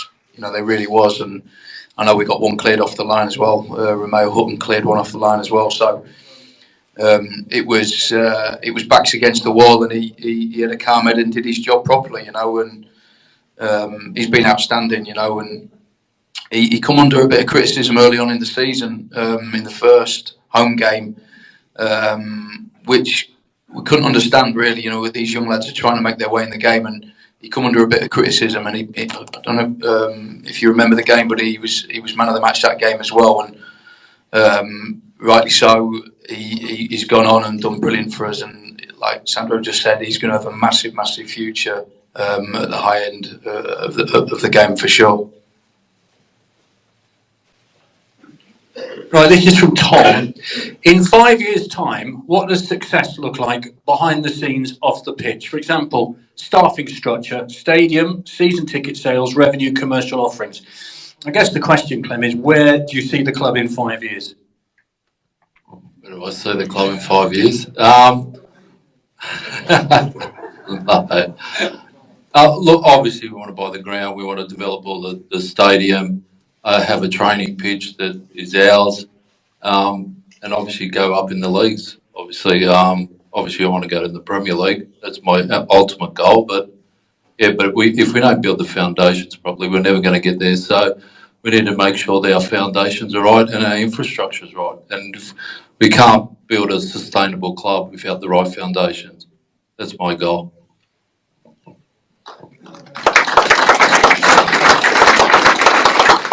So then, Rob, let's ask you about debt then. Where are we at with debt, things you have to pay off, that kind of thing? What can you tell us? Well, we're in a much stronger position than we were, 14 months ago. A big thanks obviously to Clem, but all of you guys as well, of all the support with season tickets, going on match days, buying shirts and stuff like that. We're now in a position where the historic debt is down to around about 1 million. And you've got to remember that 500,000 or so of that, probably a bit more, is to the EFL on an interest-free loan as well. And then you've got a contested amount included in that with Centre Plate, the former caterers, where obviously we're arguing the amount that's due. So we're in a really much stronger position, than we were 14 months ago, where the club obviously was, not far from, I think, going out of business. So, and as I say, I mean, it will just get stronger and better from here, I think, with your support, coming through with obviously Clem's support and injection, and us trying to run it on a sustainable basis. Every pound that you spend here, whether that's in the kiosk, whether that's buying shirts, match days, that comes back into the club and gets reinvested back in. And keep up my job and Greg Norman, our finance director over there, will give a wave, is to make sure that the finances are strong, and as Clem says, we're building those strong foundations for the future. How concerned are you? We touched on the cost of living, etc. How concerned are you about attendances this season? Because times is hard and going to get harder. How concerned are you and getting people through the gate when things start to really bite? Yeah, no, it is concerning, and we recognise that, and obviously the rising energy costs and etc. And inflation hits the club as well. So our bills go up at the same sort of rate. So hopefully people will look forward to their game of football, still comes in their numbers that we have done, and support the club. But I think it's a concern for all of us. We're trying to make sure that we, as I say, manage the cost base as best we can. Look for ways that we can drive up by attracting new partners, sponsors, and I would sure that you guys have a great time when you come down to football. But we hope the crowd stay up, because I know the people of Swindon and surrounding areas love their football. They love their football club, and it's coming here and meeting friends that you may not see outside of the game for the couple of times a month you've got a home game. So hopefully they stay, but it's something that we need to be aware of and concerned about. Okay, I think Anna, you had your hand up. Yeah, I just wanted to get back to the previous question that you answered around where do you see us as a club in 5 years' time. So in the respect of infrastructure, if you lay aside the ground purchase and so on, what is missing from the infrastructure today that needs to be in place for that growth upwards to happen? Look at us. Obviously, the purchase of the ground is so important for us, and we need to make revenue off the pitch so we can put back into the pitch. So the more money we make off the pitch, we can put more into the infrastructure that we need. Obviously, we're going to bring more staff. If we get up in the leagues, we're going to get players, but obviously the infrastructure, which we're trying to do. I'm talking about the property, the actual stadium, and the infrastructure and the personnel that we've got.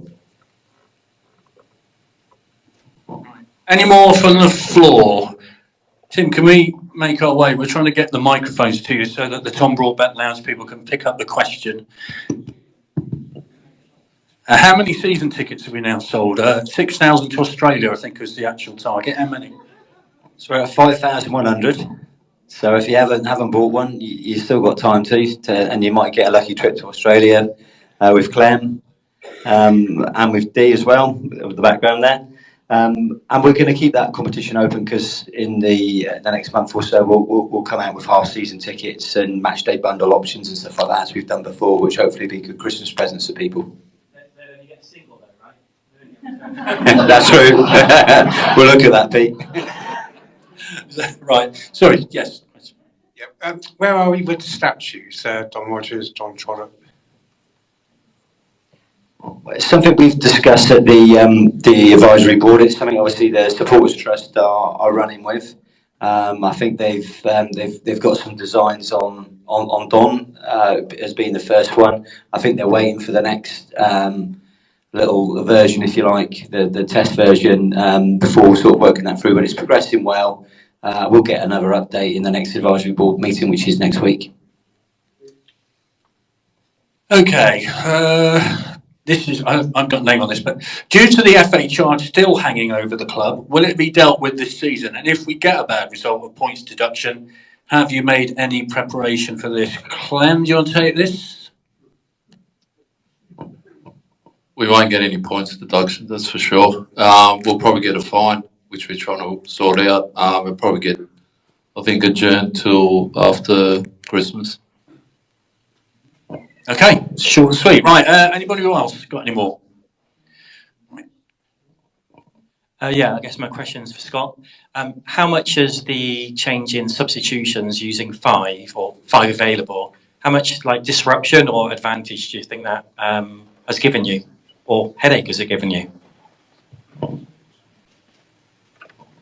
I think we can certainly use it as a positive more than a negative. You know, we can make changes. Obviously, we have to do it at 3 moments, so 5 go on in 3 moments. But we have to look at that as a way of getting more energy on the pitch more than anything, tactically as well, obviously. But certainly, the more energy, you know, almost like make 5 changes and really finish the game strongly is kind of the way forward.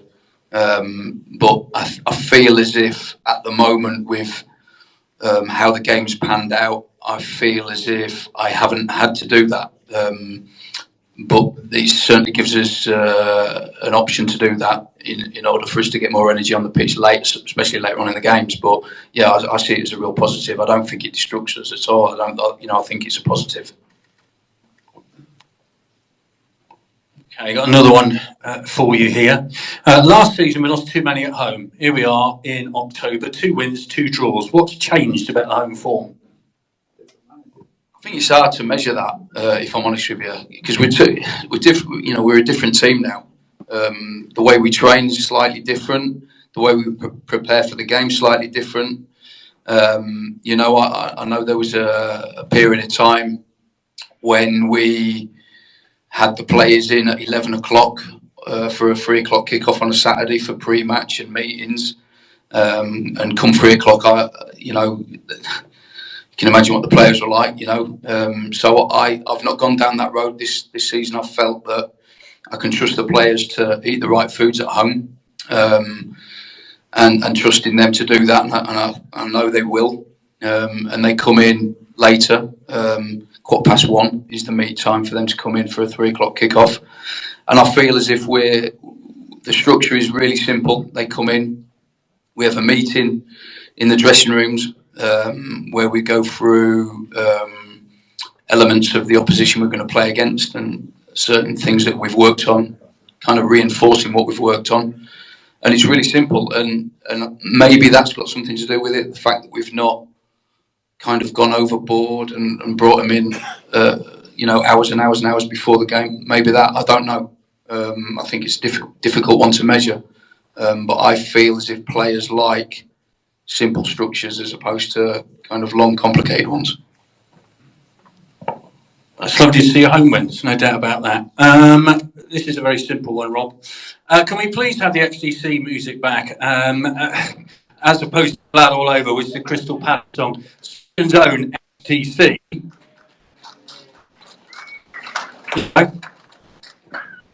I agree. So, where's the media team? Can I say? There they are, they're hiding. Dave will sort that out. Thanks, Dave. Marvellous. Who likes XTC in here? There you go, fair enough. Sandro, this is for you. Can you explain how the scouting network works, especially non-league? Saidu Khan, another find. Obviously, players in non-league. There's another question here about a player, if I can find it. Macaulay Longstaff, Notts County, 14 goals already. How does it work, the scouting network? I'd love us to have a network. It's a slightly streamed down version of that. Again, look, that's why being able to use data is so important, especially for a club of our size, because we don't have a huge army of scouts. Other clubs I've worked at, have a lot of scouts. So predominantly we, the numbers filter it down. Then we watch a lot of video of players. We'll all watch a hell of a lot of video of players, and I think that's one of the big kind of developments in the game over probably the last 5 to 10 years or so. The fact that you can watch thousands of in multiple different scenarios and situations, then we can get eyes on. So we've got a couple of other people that scout for us. We can always get someone to a game, someone that we trust, whose opinion we really respect. But we don't have quite a network of scouts just yet.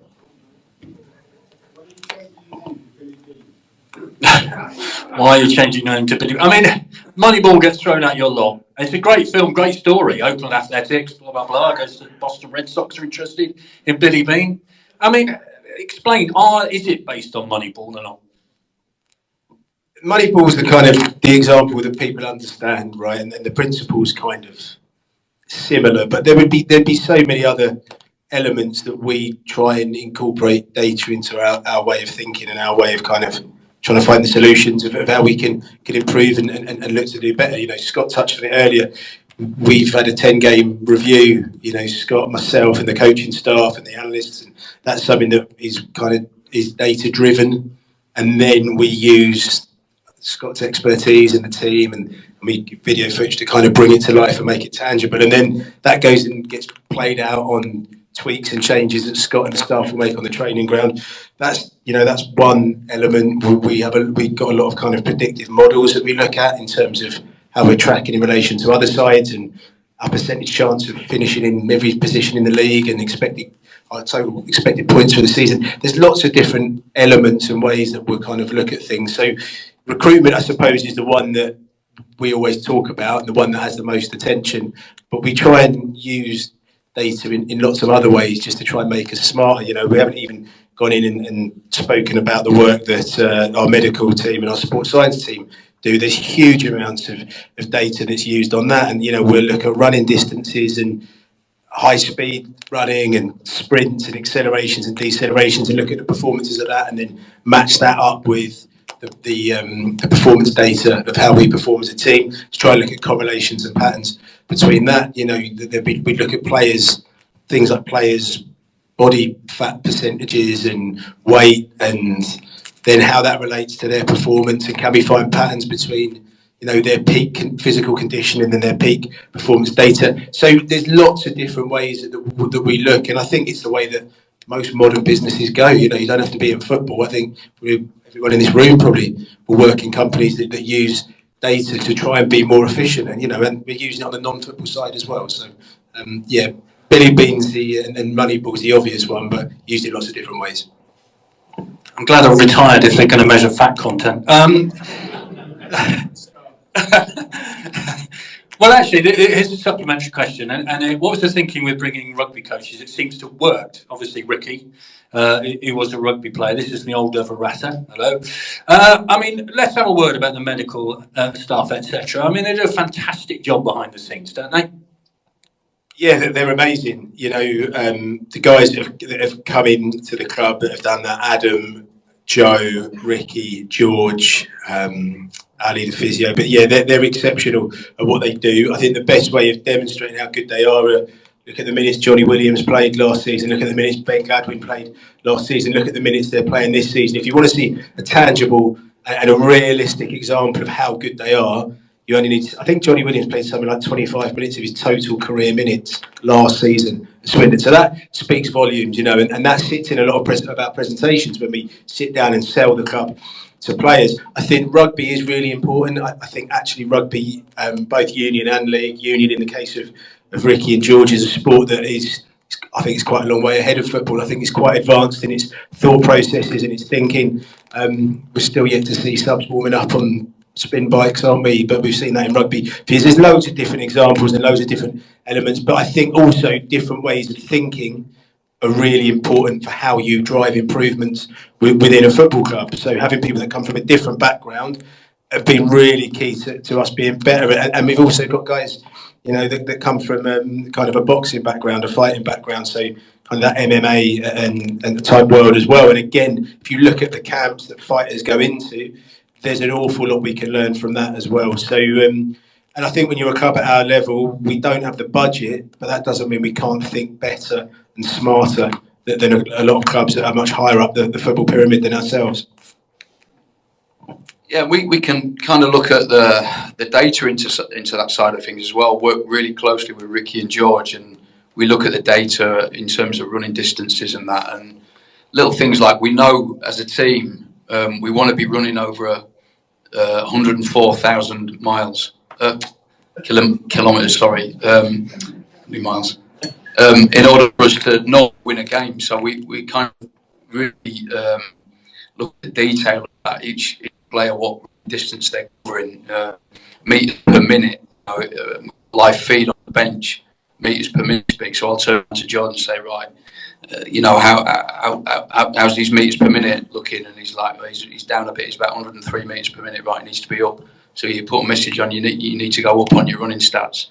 You know, and it's important. So yeah, I work really closely with George and Ricky, and have a great relationship with them, and I listen to them a lot as well in terms of our loading through the week. So we'll have a real structure from Monday to Friday of how we work, and we'll look at day one, we want to be covering X amount of distance, day two, X amount of distance, and by the end of the week, we should be prepared and ready to go into a League Two match.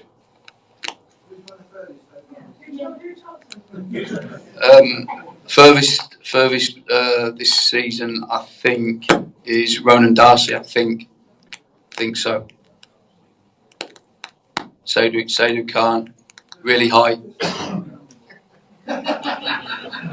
Yeah, they cover a lot of distance. They do cover a lot, but that's important. You know, like I say, there's usually a movement in terms of when we're successful, and when we that either lose or draw.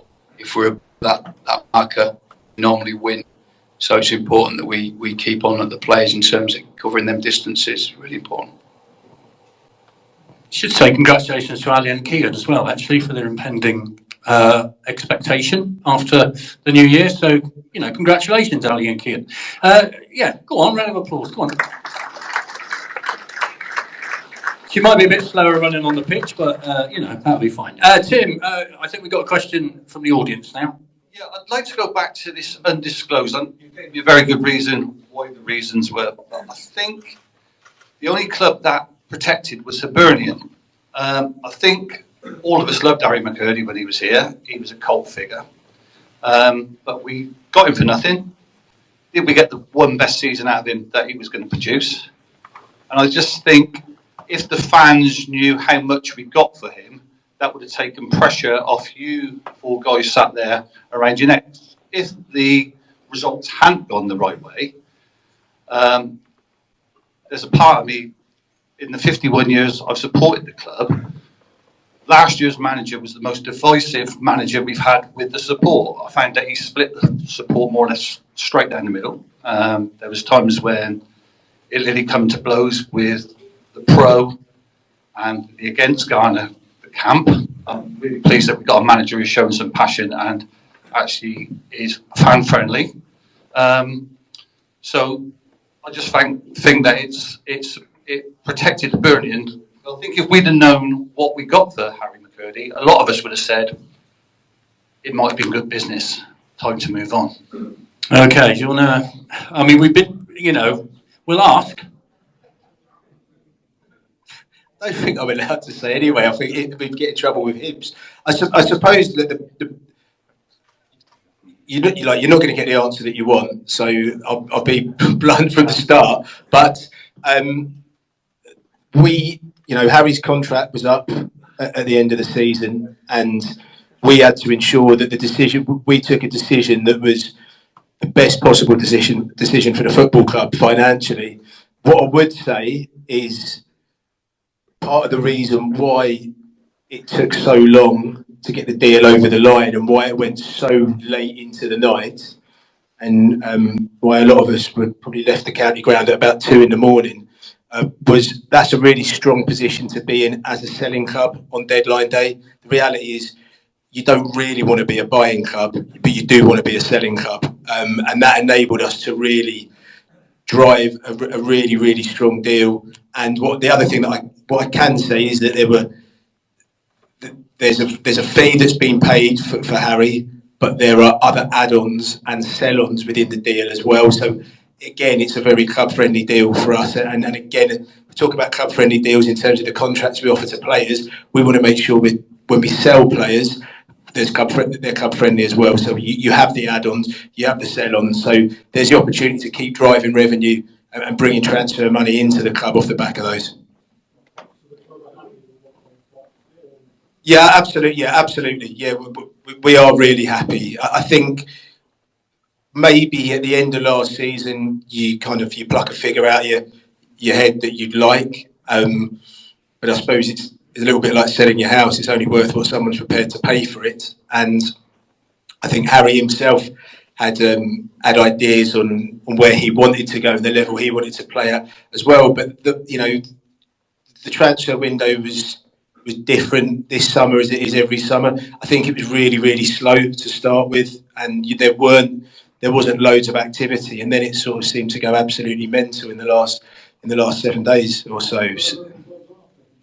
Yeah, there were some other clubs showing interest in him, but the one thing that you want to make sure doesn't happen at the end of the window is you get yourself into this situation where you get too greedy and you end up with egg on your face, and that's kind of what can happen sometimes if you try and bring too many people to the table too late in the day.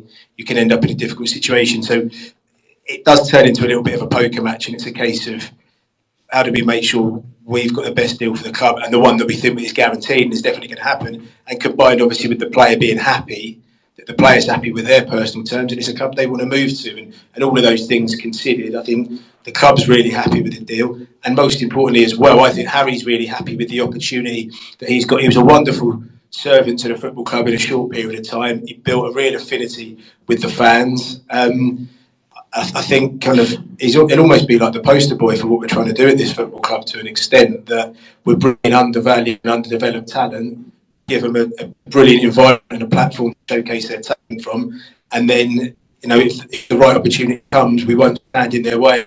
If it's financially the best decision for the football club. Could I add to that?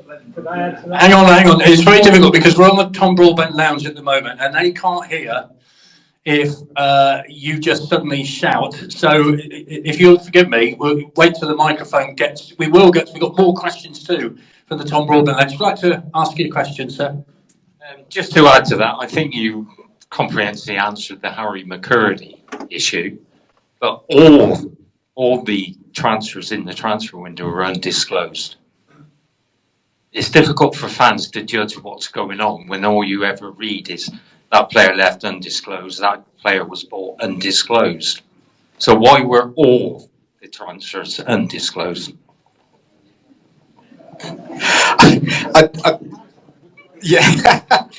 Yeah, I think clubs are of a similar position. Really, they all kind of want that confidentiality, and probably think that it helps them for the fee not to be disclosed. So it can help in the negotiating process for new players. So really, I'm afraid it's not original, but I mean, look, it doesn't make it an awful lot easier from our own perspective. You know, with fees being undisclosed, you've got to do a bit more digging. You've got to lean on your contacts at other clubs and other agents and other people in the game to try and find out what people have moved for. So it's a little bit challenging. I appreciate it's not great for fans. It's one of the, I suppose it's something that's changed within the game to an extent. Ellis from the Tom Broadbent Lounge. Yes, one in from our friend Hannah's. Will you be running any double headers of the women's team after the men's game to maximise the crowd size / interest? Yeah, that is something. So that's on the double headers. That's something we're looking into, and we're looking actually to do one relatively soon. But I think the Women's League didn't approve it. But we're hopefully looking to trial one coming up shortly. So watch this space. It'd be great to see the women's team play on the county ground, as Clem said, which is going to happen this season. I think the idea of a double header hopefully would go down really well, and lots of people would stay, to watch the women's team play after a men's game.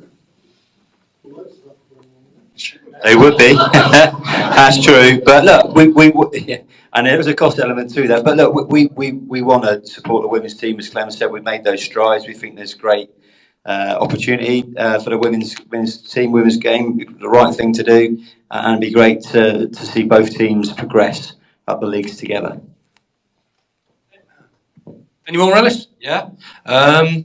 You've improved the community partnerships a lot in recent years.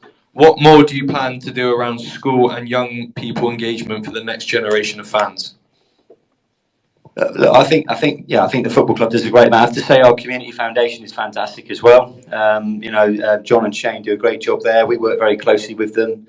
We've got the schemes that we've got working with the Supporters Trust as well, and Mike Welsh, the president there, to get out to local schools, youth football clubs, and have ticketing initiatives. With follow-ups. It's really important for us that we build that next generation of fans and we grow the fan base. We want to see the county ground full. That's the key big thing for us. So we're looking at more things we can do in that space. We're looking to see if actually there's some partners or sponsors out there who want to help us with these community ticketing initiatives, because that would help us grow them really and make them broader. So if there's anybody out there who's keen to sponsor and help with that, we've got James Watts, our new commercial manager. He can wave his hand up there in the crowd. He's there ready to work with our partners and sponsors to see if they're interested in helping us along with the foundation to grow those schemes and get young children interested in football and being more active, and equally being Swindon Town fans. Okay. Ellis, yes, of course. Just on that as well, we've got a competition that we're running. We're going to be announcing this week. Oh, sorry. Whoa. Sorry about that. The competition is for children in schools or young fans to draw their favourite Swindon player. In the competition, I don't know when it's going to be for, but it'll be for a game at home to be a mascot. So, yeah, that should help to maybe get some kids from local schools involved. Be announced this week. I don't know the details. That's a very rough idea of the competition, but drawing your favourite player, or drawing your favourite Clem, or Scott, or Sandra or Rob. We'll accept all. Right, here we go. This is an interesting one now. Did Lee Power buy the Andrew Black debenture? And if yes, is he charging the football club interest payments? Clem, what is the situation with the Andrew Black debenture? Can you tell us?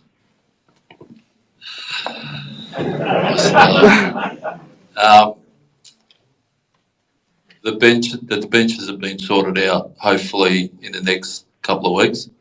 So there is a debenture on the club, but hopefully that'll be because of the legal issues.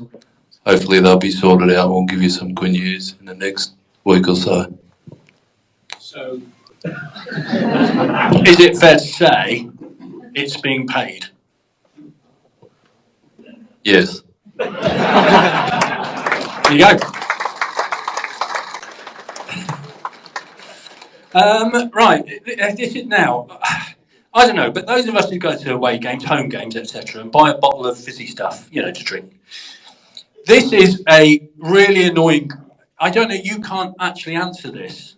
Can we have bottle tops back on? Having been a fan for many years and taking my children into almost every stand here apart from the Stratton Bank because it's not been open for fans during the time. Really, I get the frustration. I really do. We talk really with our stadium manager and safety officer. I understand it, and we are checking and testing the rules. As you're selling, a carbonated drink, and when it fizzes up, it can be quite a weapon and a missile.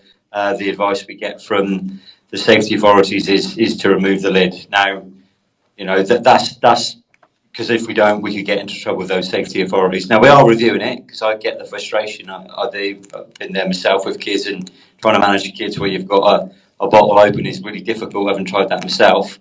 Something we're reviewing, but as we understand at the moment, the safety rules are that we're not allowed to do that. Others might do, but as I say, we'll continue to review the situation. But that's why we've got that policy at the moment.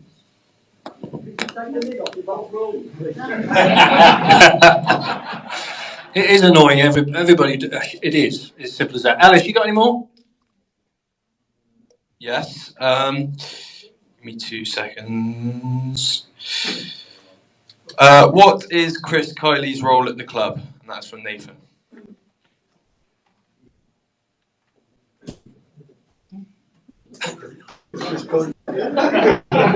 This helps me with data and so yeah, that's what he does for us. Thank you. Another one. Given the cost of living crisis, are there any plans to do discounted tickets or something like bring a mate in for a £5 and deals for kids, etc.? Just want to make me run backwards and forwards, don't you? I'm an old chap. Give me a break. We'll keep you fit, Vic.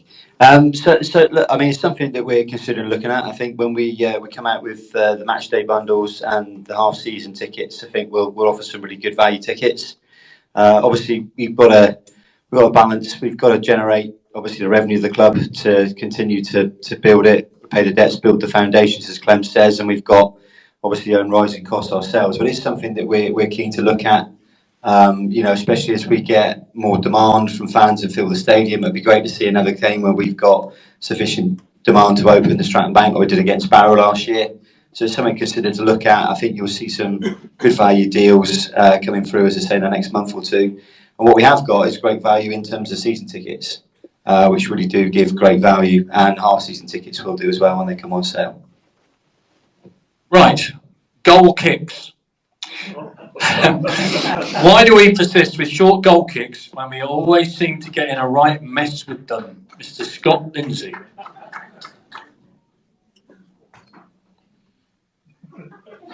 We want to be dominant. We want to be in control of the game. If we kick a goal kick and it goes up the pitch by 60 yards and 10 yards in the air, it's a toss of a coin. A, who's going to land on it? First action. Second action, who's going to pick the second ball up? By playing out from the back, we're giving ourselves more of a platform to be in control with the ball and bring the ball up through. If you look at how we set up with a goalkeeper, 2 centre-halves for either side, and every other player is away from that action. And normally they have 2 ready to press. So in effect, we're playing 3v2 in half a pitch. If you used to say to me, we're going to play 3v2 in half a pitch, I know what side I'd want to be on. The idea is to draw a press towards you. And then we want to try and play round through or over the press from there.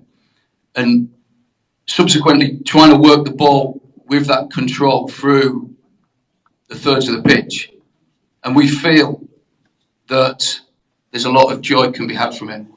Saturday, prime example, second goal came from that exact action. Sol rolls it 2 yards to the centre half. Clayton has the ball.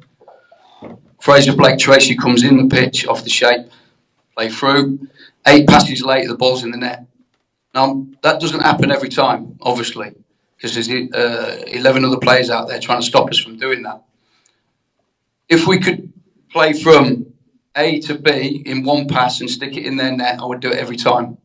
But there's, unfortunately, like I say, 11 other players out on the pitch trying to stop us from doing that. So it's not that simple, just to go boom up there. And I believe that when you kick it from A to B in the air, 60 yards, it's a toss of a coin. It's a toss of a coin.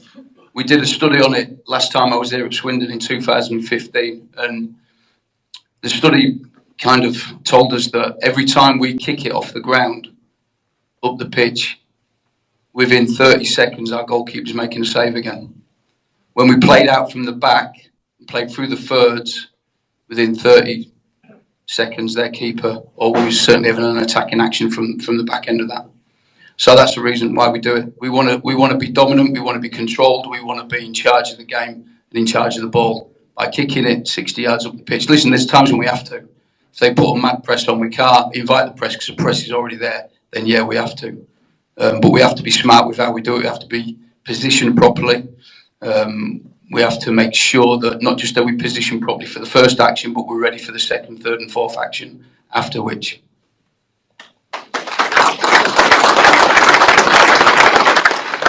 I just want to add to that as well. Like set pieces are one of the most important parts of the game, and they always will be. And goal kicks are another set piece, and they give you the opportunity to do what you want to do and dictate the way you want the game to go. So I don't think people always view goal kicks as a set piece, but they are a set piece, and they're a really, really important one. Okay, we've got some more from the floor, I think. Oh, hands going up, little group there. Who wants first? There we go, in the middle. Then we'll go back to front, or front to back, whatever. Right, okay. So firstly, to put this on tonight, it's much appreciated. Building on the point just made there, Scott and Sandro, could you just Harrogate away? You like you're set up in a 3-5-2 or 5-3-2, and we've now gone sort of what looks like 4-3-3. Was that a conscious decision, or was it just a question of a reflection of where we were in recruitment at that point in time? No, I think with the players that we've recruited, I think we can play 3-5-2. We can play 4-diamond-2. We can play 4-3-3 like we are at the moment. I think there's kind of similarities in all them formations. I think the 3-5-2 gives us width, depth, distance, and still your 3-man in midfield.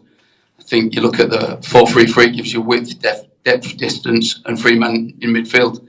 Same with the 4-diamond-2. So if we have them 3 things, width, depth, distance, depth being the centre halves can always chop out and play. Width is an obvious one. Distance meaning the centre forwards can stretch him that way.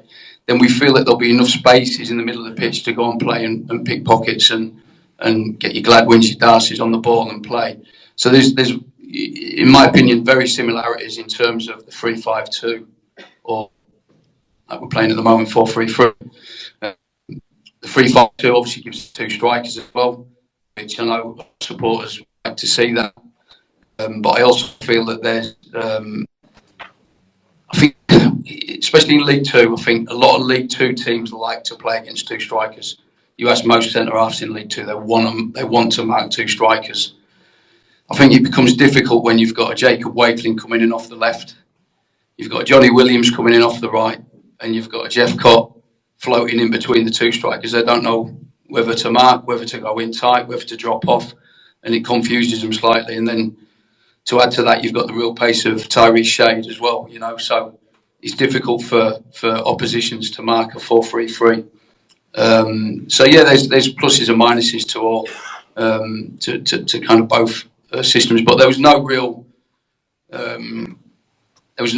change in my opinion. I think there's going to be times when I'll go back to a 3-5-2.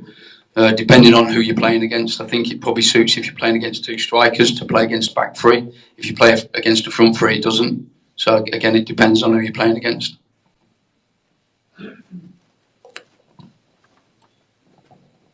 Are there plans going forward with purchasing our own training ground?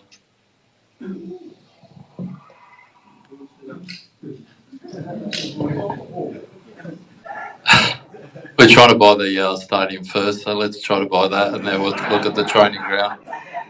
But yeah, obviously we are. We're trying to, but at the end of the day, we're trying to buy the stadium first and all the developments.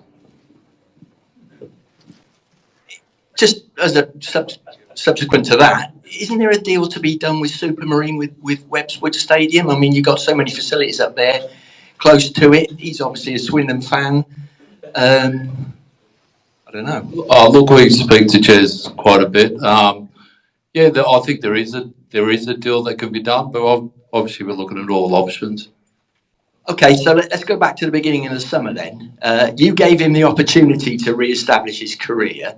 Were you personally disappointed by Ben Garner's decision to leave and the manner in which it happened, in that he's obviously talking to Charlton through those Port Vale games?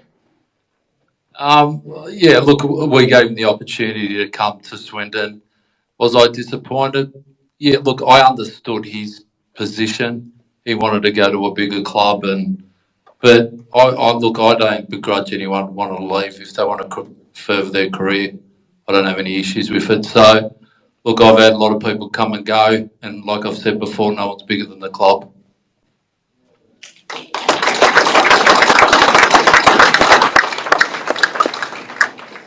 Okay, a question in from Twitter.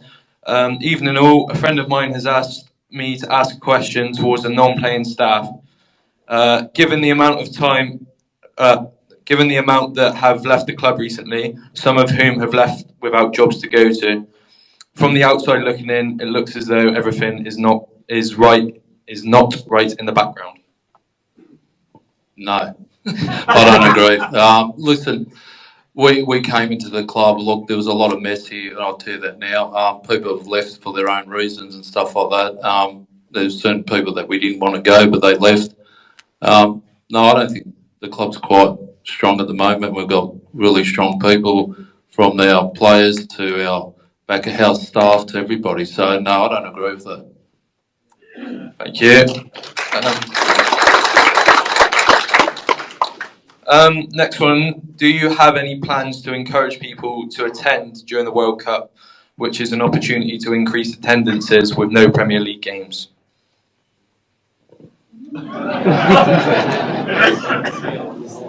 Well, I think it's a great thing for the EFL more broadly, and we'll be looking to do our best to encourage people to come and watch Swindon.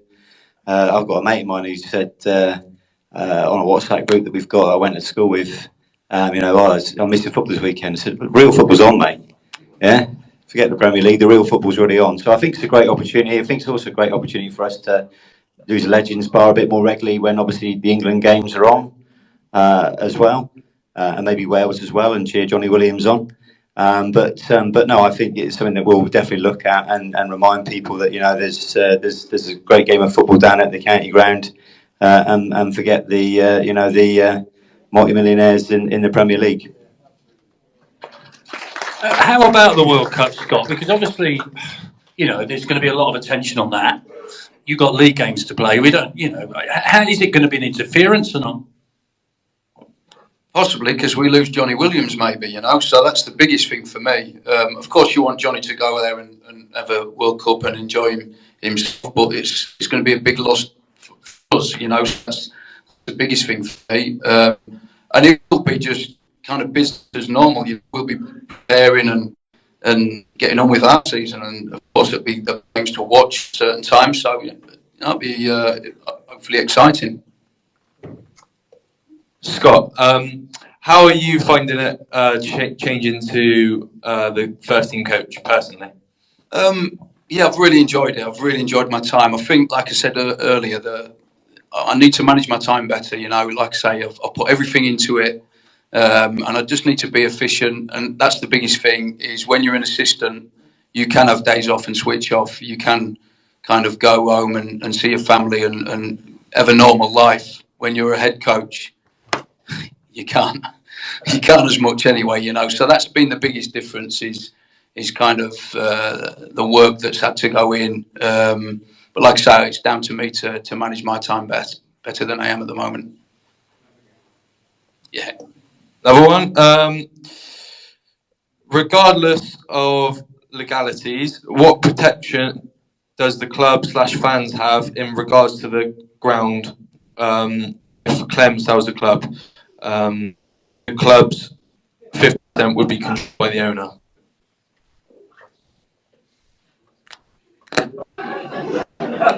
I don't think Clem's going to sell anytime soon, so don't have to worry too much about this. But in terms of the ground purchase, what you've got is a 50-50 deadlock deal between the club and the supporters. So, you know, that's deadlock. So, you know, that they have to work together on compromise. So we've structured that, you know, Clem and myself working with the Supporters Trust and the Supporters Club and other groups to make sure that, you know, that for generations to come, you know, the county ground becomes an asset for the club, for the supporters, and provides that legacy. So the fact that it forces them together means, you know, that it provides that protection. Sell the club? Fair enough. Sorry to ask. I know. Sorry, go on. It's a protection for all fans. It's not for the club. It's a protection for the fans for generations to come. So when I'm on or whatever, the fans will always own the stadium, and that's what we've done. Fabulous. Right. I know Rob at the back has a question about a certain competition. Rob, if you want to just indicate to Tim where you are, please. Sorry. Go on. Hello. It's about the EFL trophy and the reserves. We don't have a combination anymore. We used to have a football combination for all those people who were old enough like me to remember watching it. But the EFL trophy is much maligned by every football fan, I think. And the timing of it in the middle of the season, these group games, you get such poor attendances. You're at an EFL meeting tomorrow. I wonder if the future of the EFL trophy might be under discussion. I've got a really strong view on the competition, and that's probably, I don't think me and you are going to agree on it, but I think it's a really, really valuable competition because, especially for clubs like ourselves that don't have an under-21 set up or under-23s or B team or whatever you want to call it, it's a brilliant opportunity to get young footballers a real good, serious first-team experience. You know, people sort of don't speak highly of the competition. Look at that Argyle team that came down here last Tuesday and the quality of the team they played and how many of those players had played on Sunday against Ipswich that sent them top of League One. So you can't tell me that the players that went out and played in that game for Swindon Town didn't learn a lot from that experience. I appreciate from a supporter's perspective, it might not be quite as engaging and cut and thrust as a league game, but I think from our perspective in terms of player development, we learn a lot about it and we learn a lot about our players from playing in the competition. So that's kind of my take on it. I don't know what you'd add, Scott. Yeah, no, what I wanted to add to it is, from a supporter's point of view, I think you should embrace it more and watch these youngsters. I think, like, you know, you watch the Ben Gladwins, the Johnny Williams play every Saturday, and you know kind of what they're about. But to go and watch Mo Dabra against a Plymouth, I think you should embrace it. Because I, as a coach, embrace it because I want to give these youngsters a chance and an opportunity and an experience. And I think that there's been a lot of negativity about kind of the sides I've picked, but I think it should be embraced more by the fans. You know, I think it can be only seen as a positive from my point of view. I really do believe that. You know, because these are the players that potentially could be in the team next year in the first team on a Saturday. So, you know, come down and watch the George Cowmeadows and you know, Mo Dabras and, you know, the young lads that have played. I think it's great. I really do. Sorry, just quickly on it as well. 1 second. When I've worked at other clubs, I've gone and watched a lot of these games to go and watch a Man United under-21 team or a Man City under-21 team or a Chelsea under-21 team. Premier League 2 is a brilliant competition, but it's very, very technical, quite tactical, but there's no physicality in it. So the academy system in this country is wonderful, but it doesn't develop and prepare a lot of footballers for where most of them are going to end up spending their career, which is in the EFL.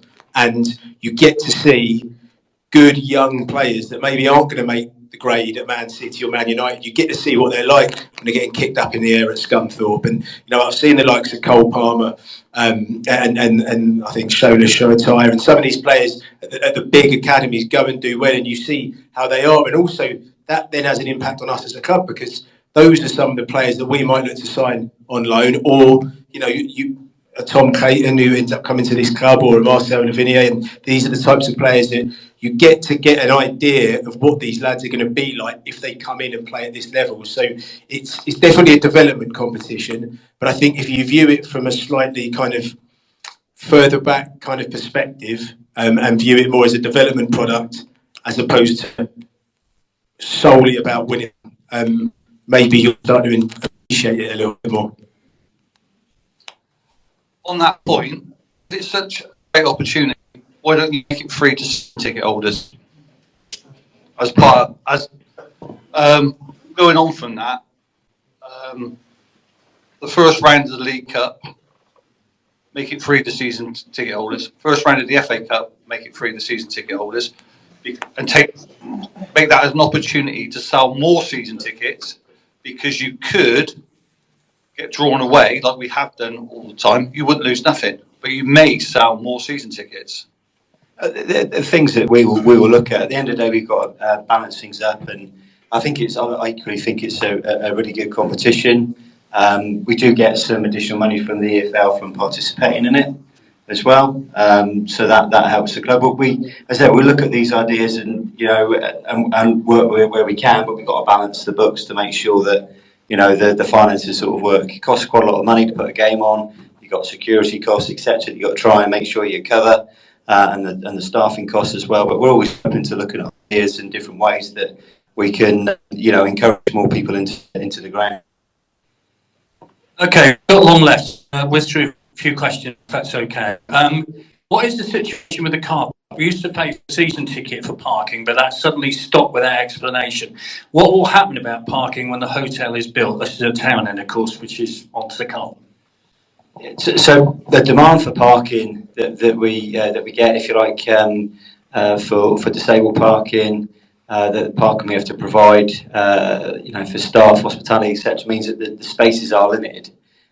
We try and maximise the space available, but the spaces are limited, and the demand that we have outstrips the supply. So it makes it difficult to offer that now outside of disabled supporters who we give priority for in respect of match day parking. And obviously when we have a big game, and the TV cameras are in, they take about half the car park anyway for some reason, and we have to give that to them. And in terms of development, it's obviously something we've got to look at. We're keen to provide some parking on space, but we're going to have to work with the planning regulations on parking as we look to do that. But it'll be something that we're keen to sort of try and make sure we maximise, but there are planning regulations that will that may impact what we can do. Okay, just to say that if you don't get your question asked tonight, we'll forward them to the club, because I think I've got a whole pile here which we may not get through.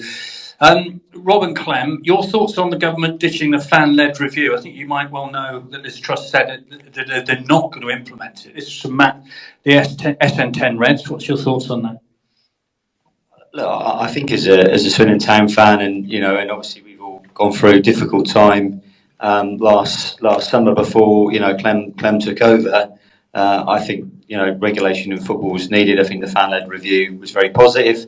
I was lucky enough to be involved along with other colleagues at the time with the Supporters Trust to speak to Tracy Crouch and give our club as an example and a view as to why better regulation is needed. So I'm a big supporter of the fan-led review. And I think it's something that needs to change. It needs to be better distribution down from the Premier League across the EFL and below in terms of financials. And equally, there needs to be better regulations to ensure that issues that we've seen here, that you've seen at Bury, Macclesfield, other clubs, never happen again. So I really hope that the government do look to implement a lot of the recommendations in the fan-led review. Okay, this one's for Scott. When Harry was sold, how comfortable were you due to not having signed a replacement and little time left to do so?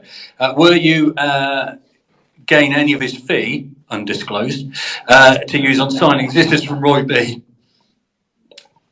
I wasn't uncomfortable because we had targets kind of ready to come in, you know, so we'd done our work already, knowing that if Harry was to leave, we were, you know, we was in a good position. So no, I was never really worried. Listen, the transfer deadline, you know, it became quite late in the day when Harry went, but like Sandro said earlier, it became a stronger position for us more than anything. But we was never worried because, like I say, we had targets in place. Do you know the words of the Scott Lindsay song?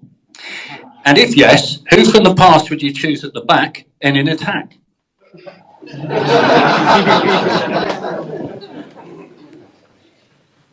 From the past. We can't change the words, can we? It's got to be McDonald and Wakeling, hasn't it? It's got to be. I can't change it. No, I'm not going to. I refuse. Fair enough.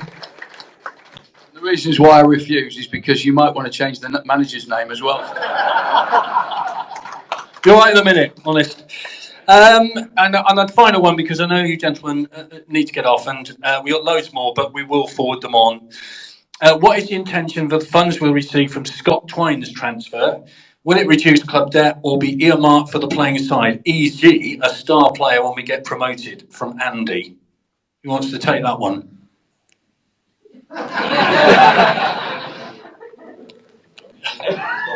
Yeah. Look, obviously, we're building the club back up. Lots of things that cost money. Obviously, the debts are something that we're getting on top of when we're managing. But we've usually got the stadium here, which costs a lot of money to run, and it's an old stadium that's had no real investment in it for probably over 15 years. So that costs quite a lot of money. There's a lot of work to do. Obviously, buying the ground, developing the ground. But we've also, at the same time, got to make sure we're giving sufficient, budget to Sandro and Scott to strengthen the playing side. So I think, as Clem said, it will be a mixture of everything, really, and working that through and what the priorities are at the time. I think it's a tremendous advert for Swindon Town Football Club and how we've developed Scott Twine, and he's gone on to have a great career. And we hope he goes on and is really successful. And I've Scott, you were a big part of that as well for him. Story. And the money's as they come in, because it is another that's phased over a number of years. We'll help the football club, but in many ways. Ladies and gentlemen, thank you very much indeed. I'd like to say thank you to Ellis, Martin and Joe from the Tom Broadbent Lounge at the back there, who worked really hard. And I'm not sure how Joe's managed to keep his arm up like that all night. It's incredible. But I'd really like you to put your hands together, please, for the four gentlemen at the top. Mr. Rob Angus, Chief Executive. Sandra McKaylee, the Technical Director. Scott Lindsay, our Head Coach. And the Australian gentleman on the end, Mr. Clem Orfuli.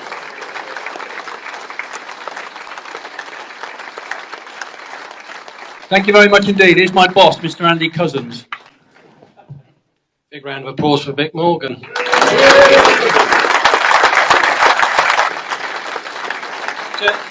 Just to let you know that this gentleman drives voluntarily up from Exminster, which is near Exeter, to do this. So, quite extraordinary. Yeah.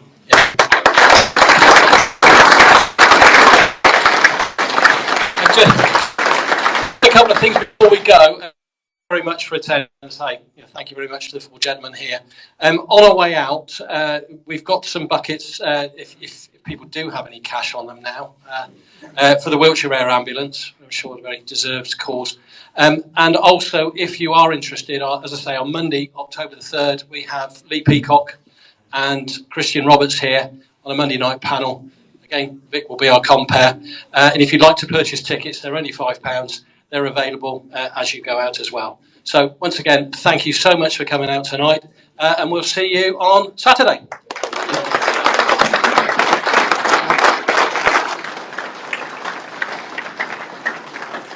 They didn't really shy away from much either. If whatever they could answer, they did.